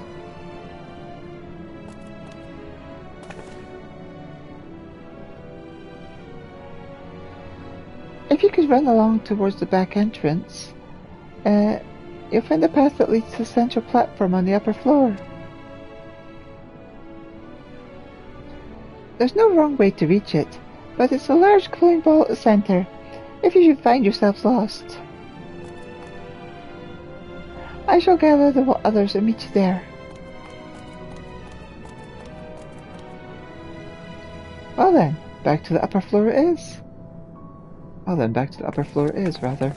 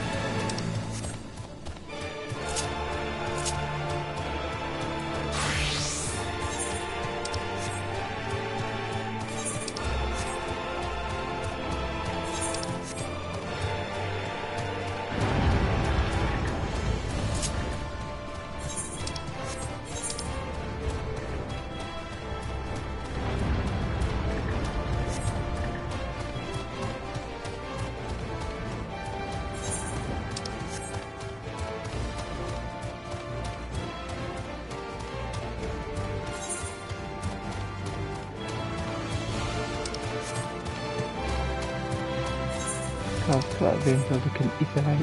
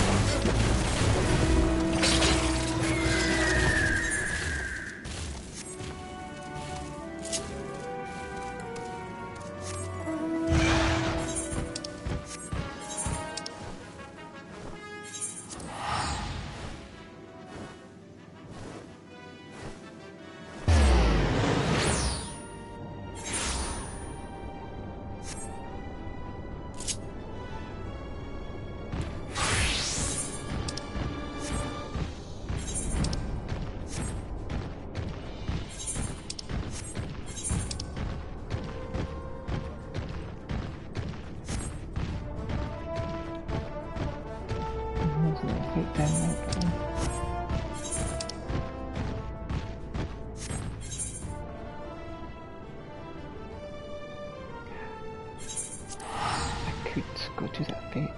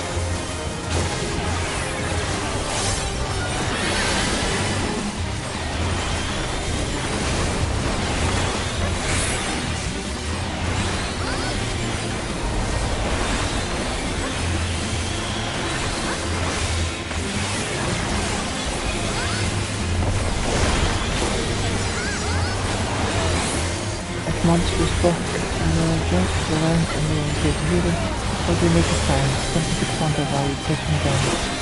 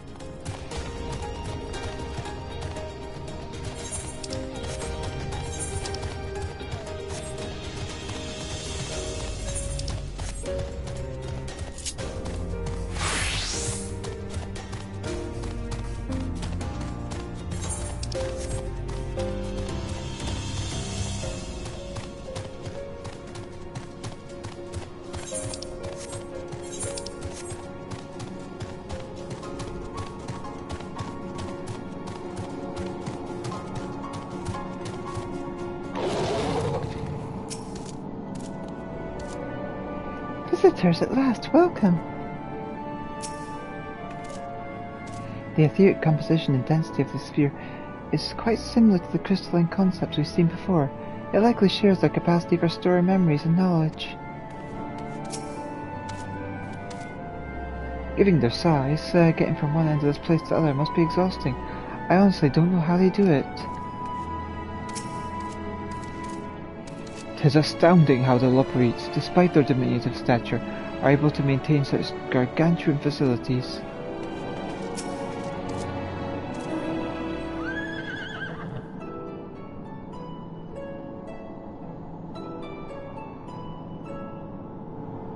Right, of course. Introductions are in order. Ahem. My name is Livingway, and we are the Loporrites, created for the express purpose of commanding this ship and bearing the people of Etheris to a brave new world. More specifically, I am the one whom she charged with the execution of her most vital plans. You might say I'm her right paw. Livingway's the name, map reader and navigator of the heavens.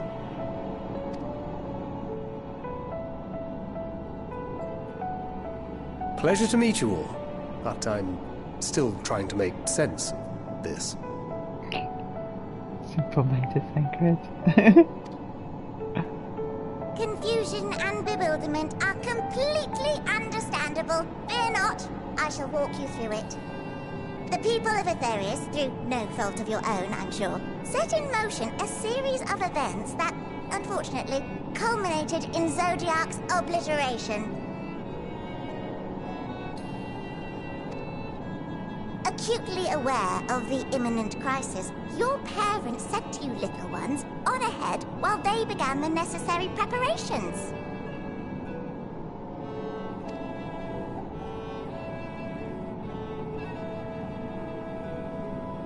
Still not following?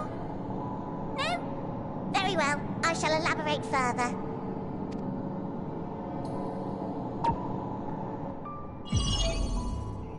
Ooh.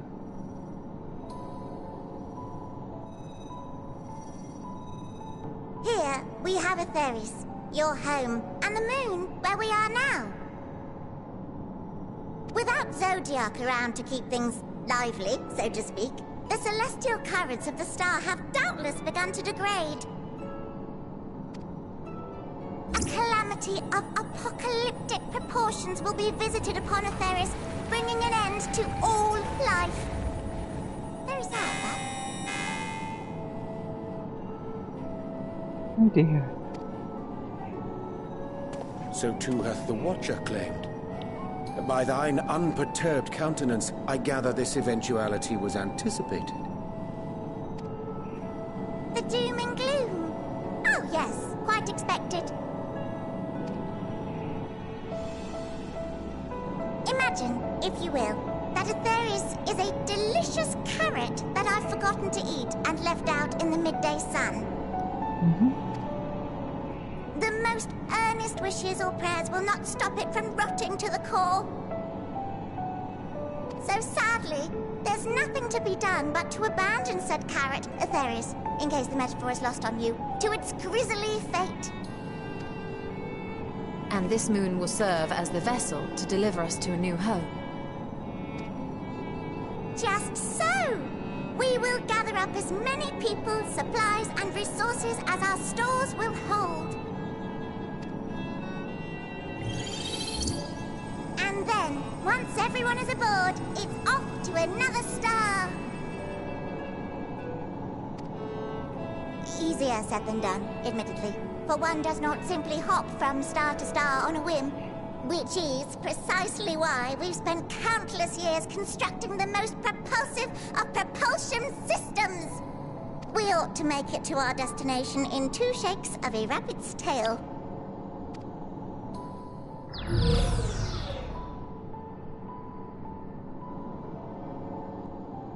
Impressive technology. I dare say it is beyond anything we have ever seen. No need to shower us with praise. All we've done is faithfully carry out the instructions left to us by Hydaelyn. Back in the old days, when she was still just Venar, she was dedicated to the study of the world and its inner workings. And the Watcher, the real one, not the simulacrum you met, was one of her fellow researchers.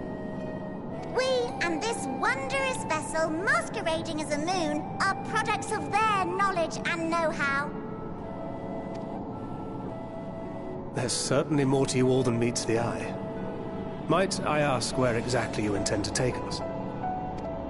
We identified a few promising candidates for resettlement some time ago, but we cannot guarantee that they are fit for habitation. Moreover, the ship can only travel in short bursts. We intend to go down our list, hopping from star to star, until we find one suitable for resettlement. No need to worry, though. The vessel is being refurbished with accommodation for an extended stay as we speak. While we did have to rely upon outside help to determine what amenities were essential, I dare say we have risen to the challenge. Help? From who? From you and yours! Who else? Each time we woke to perform regularly scheduled maintenance, we were greeted by the resources you sent us. What better way to learn about preferences and proclivities of our present-day charges? Ah, but you're still adorable little children. Perhaps your elders were responsible for the deliveries. I'm not sure what led you to conclude otherwise, but I can assure you that we are all grown men and women. And I very much doubt my elders know this place exists, much less how to send you so much as a starlight missive. What? Then who in blazes let you on my moon?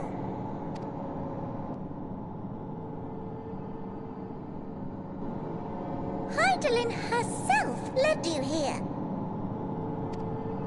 You don't say! Well, that's really not children. Then why are you so small and stunted? Like little baby carrot people. Oh god, because... yes.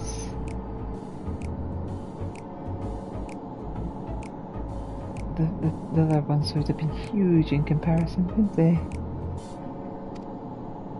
Well, Amarotines were a great deal taller.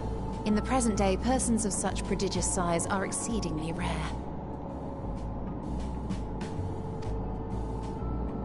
So, you're saying everyone's not like the Watcher?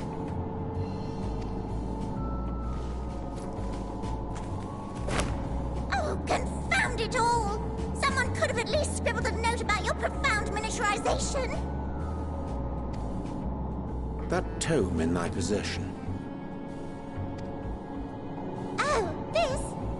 One of the first books sent to us. A compendium of the people of Aetheris, with a few blank pages at the back for minor corrections and updates as needed. The sum total of our knowledge of your kind is contained in these pages. I thought it was abridged and made small for our benefit, but this isn't a regular-sized book, is it?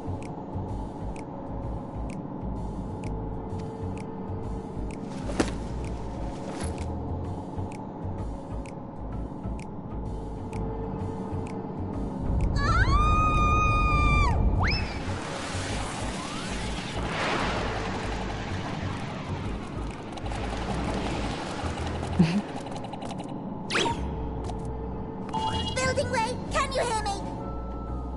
Yes, we're all very busy. Change of plans. I need you to rebuild the domiciles at 1/3 the scale. All of them.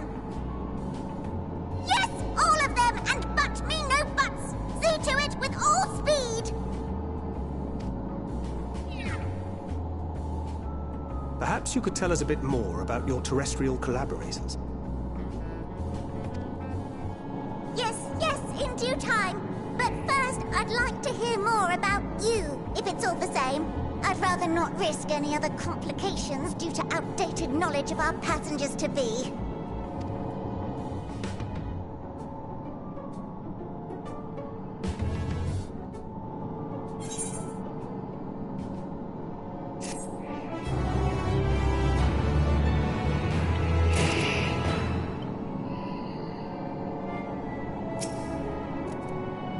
Oh dear, I certainly hope Baltimore can complete the renovations before more guests arrive.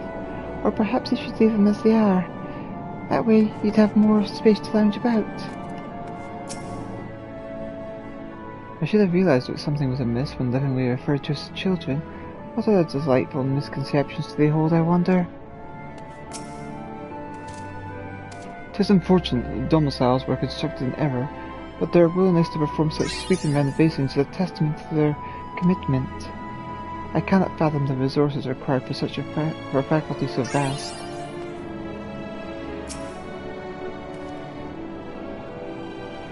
Why do I get the feeling we're going to have our hands full dealing with low repeats?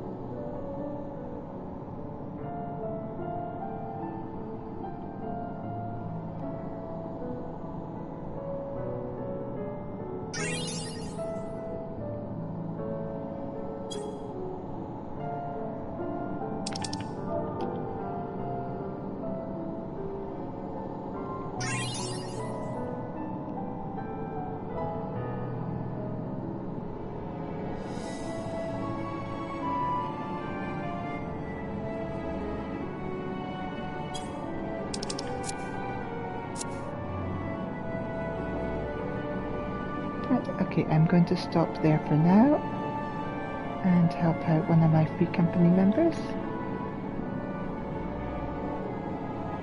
Right, take care everyone, love you all, bye for now.